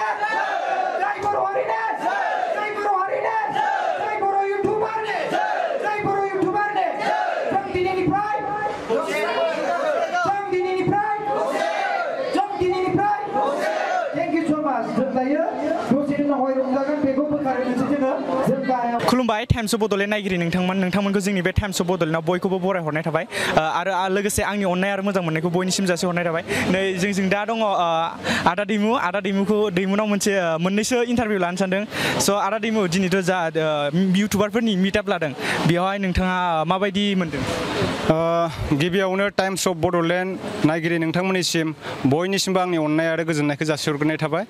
दा बेखौनो आङो बुंनो लुगैगोन बेखौनो बुंनो लुगैयो आङो जिनाखि जोंहा दिनै बड' इउटिउबार मिटआपा जानानै थांबाय बेवहाय गोबाङानो नुजाफैनो सानदोंमोनब्लाबो नुजाफैनो हायासै गाव गावनि खामानिनि बेस्थ'नि थाखाय नोंथांमोना जाहाथे गावजों गाव गोसोआव गाज्रि सानलायनाय दुखु मोनलायनायखौ लानांला जोङो दिनै मोनसे जोङो इउनिटि एबा जोङो गावजों गाव गाज्रि मोनलायनायखौ जोङो निमाहा होलायनानै जिनाखि दिनैनि मिटआपखौ खालामदों जोबोद बाख्नायजाथाव आरो बाख्नायनांगोनबो जोंहा बिथिंजाय आदा प्रकाश आरो बेजों लोगोसे मेहेर वारि आदा लोगोसे गेमस्रि दैमारि आब' मिथि नार्जारि आब'मोन गोबां दङ बिदिनो माखासेनि मुंखौ आङो बुंस'जोबनो हाला बिथांमोनाबो सापर्ट खालामदों दा जोङो बयबो खौसे जानांगौ खौसेथिखौ आं लुगैयो बिनि थाखायनो आङो दसे सम खामानि दोनथ'नानैब्लाबो आङो हालेवनांगौ दंमोन थेवब्लाबो आं दोनथ'नानै दिनैसिम बे दिनैनि मिटआपखौ आङो नुजाफैनो हाबाय आं बिनि थाखाय आङो बयनिसिमबो गोसो गोरबोजों आंनि अननाय आरो गोजोननायखौ जासिहरो आरो दिनैनि मिटआपा मोजाङै मोजां जाफुंनायनि थाखाय थेंक इउ होनो सानो बयनिसिमबो जोंहा इउटिउबार लोगो नोंथांमोननिसिम निस्सय जोङो बयबो खौसे जायोब्ला सोरनिबा दायो दङ आंजों मिथि आब'नियाव आङो मोननैसो इन्टारभिउ सोंनो नागिरदों बेनो जाहैबाय आब' दिनैनि जा इउटिउबारफोरनि मिटआप खालामदों बिनि गुबै थांखिया दिनैनि गुबै थांखियानो जाहैबाय जों माने गासिबो इउटिउबारजों मिलायनानै थानांगौ आरो जों जेरै जोंनि बर' हारियाव माबाफोर मोनसे प्रब्लेम जायोबा जों गासै इउटिउबारानो मिलायनानै जोङो सापर्ट होलायनांगौ आरो जोङो गावजों गाव बेफोरबायदि नांलाय खमलायखौ लाबोबाय थालायनो नाङा बेफोरबायदिनि सायावनो दिनैहाय बेफोरबायदि लानाय जादों आरो लोगो हमलायनायबो जाबाय माने बयखौबो भिडिअ'सो नुलायबाय थायो जोङो रियेलाव नुलाया बेखायनो जों गासिबो दिनै ज' जानानै लोगो हमलायबाय आरो बिराद मोजां नांबाय बेनो ओमफ्राय दिनैनि जा अर्गानाइज खालामदों बिनि जेनेबा सोर अर्गानाइज खालामदों बेखौ आदसा बेखौथ' सोर होननानै बुङोबा जों गासिबो इउटिउब टिमानो जों खैथामान इउटिउब टिमा लोगो नांनानै जों अर्गानाइज खालामदों आरो लोगोसे प्रकाश बिथाङाबो मा होनो गावनि एनजिअनि साइडनिफ्राय जा हायो माने एसे अर्गानाइज खालामबाय आरो लोगोसे जोंना आब'रियाबो दं आब'रियाबो जोंखौहाय जे हायो सापर्ट खालामहरदों आरो बेनो ओमफ्राय जा नोंखौ टिम दाबाय जेनेबा टिम हिसाबैनो खुंना लाबाय बेयाव माबाफोर रुल बानायदों नामा बेवहाय जेबो रुल रेगुलेसन जों बानायाखै गाव माने गाव जिबायदि गोसो बेबायदिनो लाबोनो हायो बाट जाहाथे जों माने गावजों गाव नांलाय खमलायखौ माने बन्द खालामलायनांगौ जों मिलिलायनांगौ गोरोबलायनानै जों मोनसे टिम जानानै खामानि मावलांनांगौ बा जोंना माबा मोनसे इउटुबारफोराबो प्रब्लेम जायोबा जों सापर्ट होलायनांगौ बा आरो इउटुबाथ' आजिखालि चेनेलसो नालाय माबा मोनसे प्रब्लेम जायोबा मालाबा हेकबो जाना होयो मालाबा माबाबो जानानै होयो बिनि सायाव जोङो माने मिलायलायनो होननानै जों बयबो सापर्ट खालामलायगोन सोरनिबा चेनेला माबा मोनसे प्रब्लेम जायोबा होननानै जों बेखौ लानाय जादों गोजोननाय थाबाय आब'निसिम औ जाबाय दे थेंक इउ आरो थेंक इउ नोंसोरबो फैनानै जोंखौ सापर्ट खालामनायनि थाखाय ना आरो नोंसोरबो इउटुबारानो एखे जों गासिबो इउटुबारखौनो होनलांबाय जों दा बिदिनो लोगो नांलायनानै जों बयबो जयै माने जौगालायलांसै नङाबा जों बर' हारिखौ जों बोरैथो जौगालांहोनो हानो ना जों गासिबो बर' हारिया खौसे जानानै खामानि मावनांगौ ना बिदिनो औ बेनोसै दायो दं नै जोंहा आदा फ्रन्जलावबो आङो मोननैसो कुइसन सोंसै आदा फ्रन्जल दिनैनि बे अर्गानाइजेसन खालामनाया माबोरै थांखो दिनैनि बे अर्गानाइजेसना जोबोर मोजाङै थांबाय गाजा गोमजायै थांबाय खौसेथि थांबाय हाबाफारिया जोबोर मोजां जादों जानाय लोंनायनिफ्राय आरो गावजों गाव अनसायलायनायनिफ्राय मददनिफ्राय गोबां मोजाङै थांदों जों बेयाव गोबां इउटुबारफोरखौ लोगो मोन्दों जेरै महरगिरिफोर दङ मिथि नार्जारि आब' गेमस्रि दैमारि आब' आदा रिमाल दैमारि बेबायदिनो गोबां इउटुबार दङ आदा प्रकाश दङ बेबायदिनो गोबां इउटुबारफोरखौ जों लोगो मोन्दों आरो जों खौसेथिखौ नुदों जोंनि हारिनि अनसायनायखौ जों नुदों जोंना बेहाय गुबै थांखियानो जाहैबाय मददनि थाखाय माने जोंनि गुबै हाबाफारियानो जाहैबाय मददनि आरोना माने जों गावजों गाव मदद होलायनांगौ खौसेथि थानांगौ बर'जों बर' अनलायनांगौ जुदि जों बर'जों बर' अनलायलायाबा जोंखौ सोर अनगोन जोंखौ बांगाला अनगोन नामा जोंखौ मुस्लिम अनगोन नामा अना रावबो बेनिखायनो जों बर'जों बर' खौसे जानांगौ बर'जों बर' माने गोरोबलायनानै जों खामानिखौ मावनांगोन अब्लासो जोंनि हारिया जौगागोन आरो अरायबो जौगागोन आरो नोंथांमोननि सापर्टआ जोबोर गोनांथि नोंथांमोननि सापर्ट मोनबासो जोंबो जौगानो हागोन बेनो जोंनि गुबै थांखिया सापर्ट आरो मदद आरो गावजों गाव अनलायनाय खौसेथि आरो दिनै जे जाय इउटुबारफोरा दिनै माखासेफ्राथ' फैनो हायाखै जायफोर फैनो हायाखै बिसोरखौ मा बुंनो सानो जाय बिथांमोना फैनो हायाखै बिथांमोना गाव गावनि पार्सनेल खामानिनि थाखाय फैनो हायाखै जानांगौ बेखौथ' जों जेबो बुंनो थाङा बिथांमोना इयुननि समाव जों खौसेथि थाबानो जाबाय गोरोबलायबानो जाबाय आरो जाय बिथांमोना फैनो गोसो जानानैबो फैनो हायाखै बिथांमोना गाव गावनो एसे बोरैबा मोनदों जानो हागौ नाथाय जोंना जेबो बिदि सोंखारलायनाय गैया आरोना जों गासिखौबो गोरोबनायसो लुगैयो जों गासिखौबो लिंहरखादोंमोन आरो जों बे जेबो एस'सियेसन दायाखै जों जेबो आफाद गौथुम दायाखै इउटुबारफोरनि सोरबा बुंदोंमोन आफाद गौथुम दादों होननानै जों जेबो आफाद गौथुम दायाखै जेबो सेक्रेटारि प्रेसिडेन्टनि बाथ्रायानो गैया आरो गोबां माने इउटुबारफोरानो जा माखासेफोरा फेसबुकफोराव बै आफाद दानो नागिरदों बै एस'सियेसन दानो नागिरदों बे नंखाय बे 100% नंखाय बाथ्रा बे सोरनिबा मेलेमा खम जानो हागौ बिदि बुंग्राफोरनि मेलेमा बेबायदि नङा आरोना जों बे जेबो एस'सियेसन दानो नागिराखै दायाखै बेनो आरोना ओमफ्राय बे दिनैनि प्रग्रामनि गुबै थांखिया बेनो खौसे ओमफ्राय बिदिनो बिटिआर गोरोबथानि माखासे दफाखौ जोङो सरकारखौ नारसिननाय ओमफ्राय बेबायदिनो बर' इउटुबारनि फिउचार आरो जोंनि गावजों गाव गोरोबलायनाय बेबायदिनो हाबाफारि जादों आरोना ओमफ्राय जुदि सोरनिबा चेनेला हेक जायोबाथाय जों बेखौ मदद खालामलायनाय जेनेबा हमनानै ला जोङो आं सासे इउटुबार नोंथाङाबो सासे इउटुबार आंनि चेनेला जुदि बायसान्स डिलेट जायोब्लाथाय आंखौ सोर मिथिगोन नोंजों कन्टेक्ट गैयाबाथाय आंखौ सोर मिथिगोन आंखौ सोर सिनायगोन बेबायदि आरोना बेनिखायनो जोङो कन्टेक्ट थालायनानै दायो आब' गेमस्ट्रिनावबो मोननैसो कुइसन सोंनो नागिरदों बे कुइसनफोरानो जाहैबाय आब' दिनै जे बे इउटुबाव प्रग्राम लाबाय बेवहाय माबाफोर पलिटिकेलि माबा बाथ्रा रायलायदों नामा सावरायलायदों नामा आङो पलिटिक्सनि खोथाखौ जुदि इउटुबारजों माने कानेक्ट खालामनानै होयोबा मिनिनो ओंखारो आरोना मानो होनबा बे टटेलि माने डिफरेन्ट नालाय स' बे प्रग्रामा अनलि फर इउटुबार्स मिट आप माने इउटुबार जिमानखिनि इउटुबार दङ बड' इउटुबार्स बेफोरो गेट टुगेदार माने लोगो हमलायनाय बेबायदिसोमोन आरो स' बेवहाय जेबो पलिटिक्सनि माने हाबदेरसि बिदि गैया आरो नोंथांमोना लाबोनोबो नाङा मानो होनबा पलिटिक्सआ बेसेबा बेलेग जायगानि आरो इउटुबारा बहुत बेलेग माने इउटुब आरो पलिटिक्स आलदा आरोना आरो बे कुइसन सोंनायनि जाहोना जाहैबाय माने गोबां सुबुंफ्रानो माने आदा प्रकाशखौ पलिटिकेलि खालामनो नागिरदों नालाय पलिटिकेलि बाथ्रा बुंनो नालाय बिनि थाखाय सोंनाय जादों आरो आं बिराद दुखु मोनदों मानो होनना बुंबा प्रकाशआ जाबायदि खस्थ' खालामदों जोंथ' जास्ट फैदों आरो जेनेबा जाय बिथां इउटुबार मोना हेल्प खालामदों फाइनेन्सियेलि स' बेखौ हेल्प खालामनायावथ' खालामनाय खिन्थु प्रकाशआ बिराद मेनेज खालामनांदों स' मेनेज खालामनाय खोथाया एसेबां माने इजि नङा आरोना आरो आगैमोनाबो फैदों बिनि थाखाय आं साबायखर बावहरो आरो लोगोसे आं प्रकाशनि थाखाय बिराद पिटि फिल खालामदों आरो ना मानो होनोबा बिथांनि जेबो पार्सनेलि माने बेनिफिट गैया जे इउटुबार मिटआप खालामनायावहाय गेट टुगेदार जानायाव बिथाङा माबा मोनसे लाब थानायमोनबा जों सानजायोमोन गावनि लाबनि थाखाय खालामदों खिन्थु बे इउटुबार मिटआप लानाया जोंनि बर' हारिनि थाखायसो बिराद मोजां आरो ना मानो होनना बुंबा जों इउटुबारजों इउटुबार ज' जानानै इउनिटियाव थानानै बर' हारिनि माबा मोनसे प्रब्लेम जायोबा जों हेल्प होनो हायो नामा बेबायदि होनासो जोङो गेट टुगेदारखौ लादों आरो ओमफ्राय बेयावहाय जेबो एस'सिएसन दानाय जायाखै जास्ट मोनसे कमिटि बा ग्रुप बेफोरबायदि दानाय जादों आरो बेनोसै थेंक इउ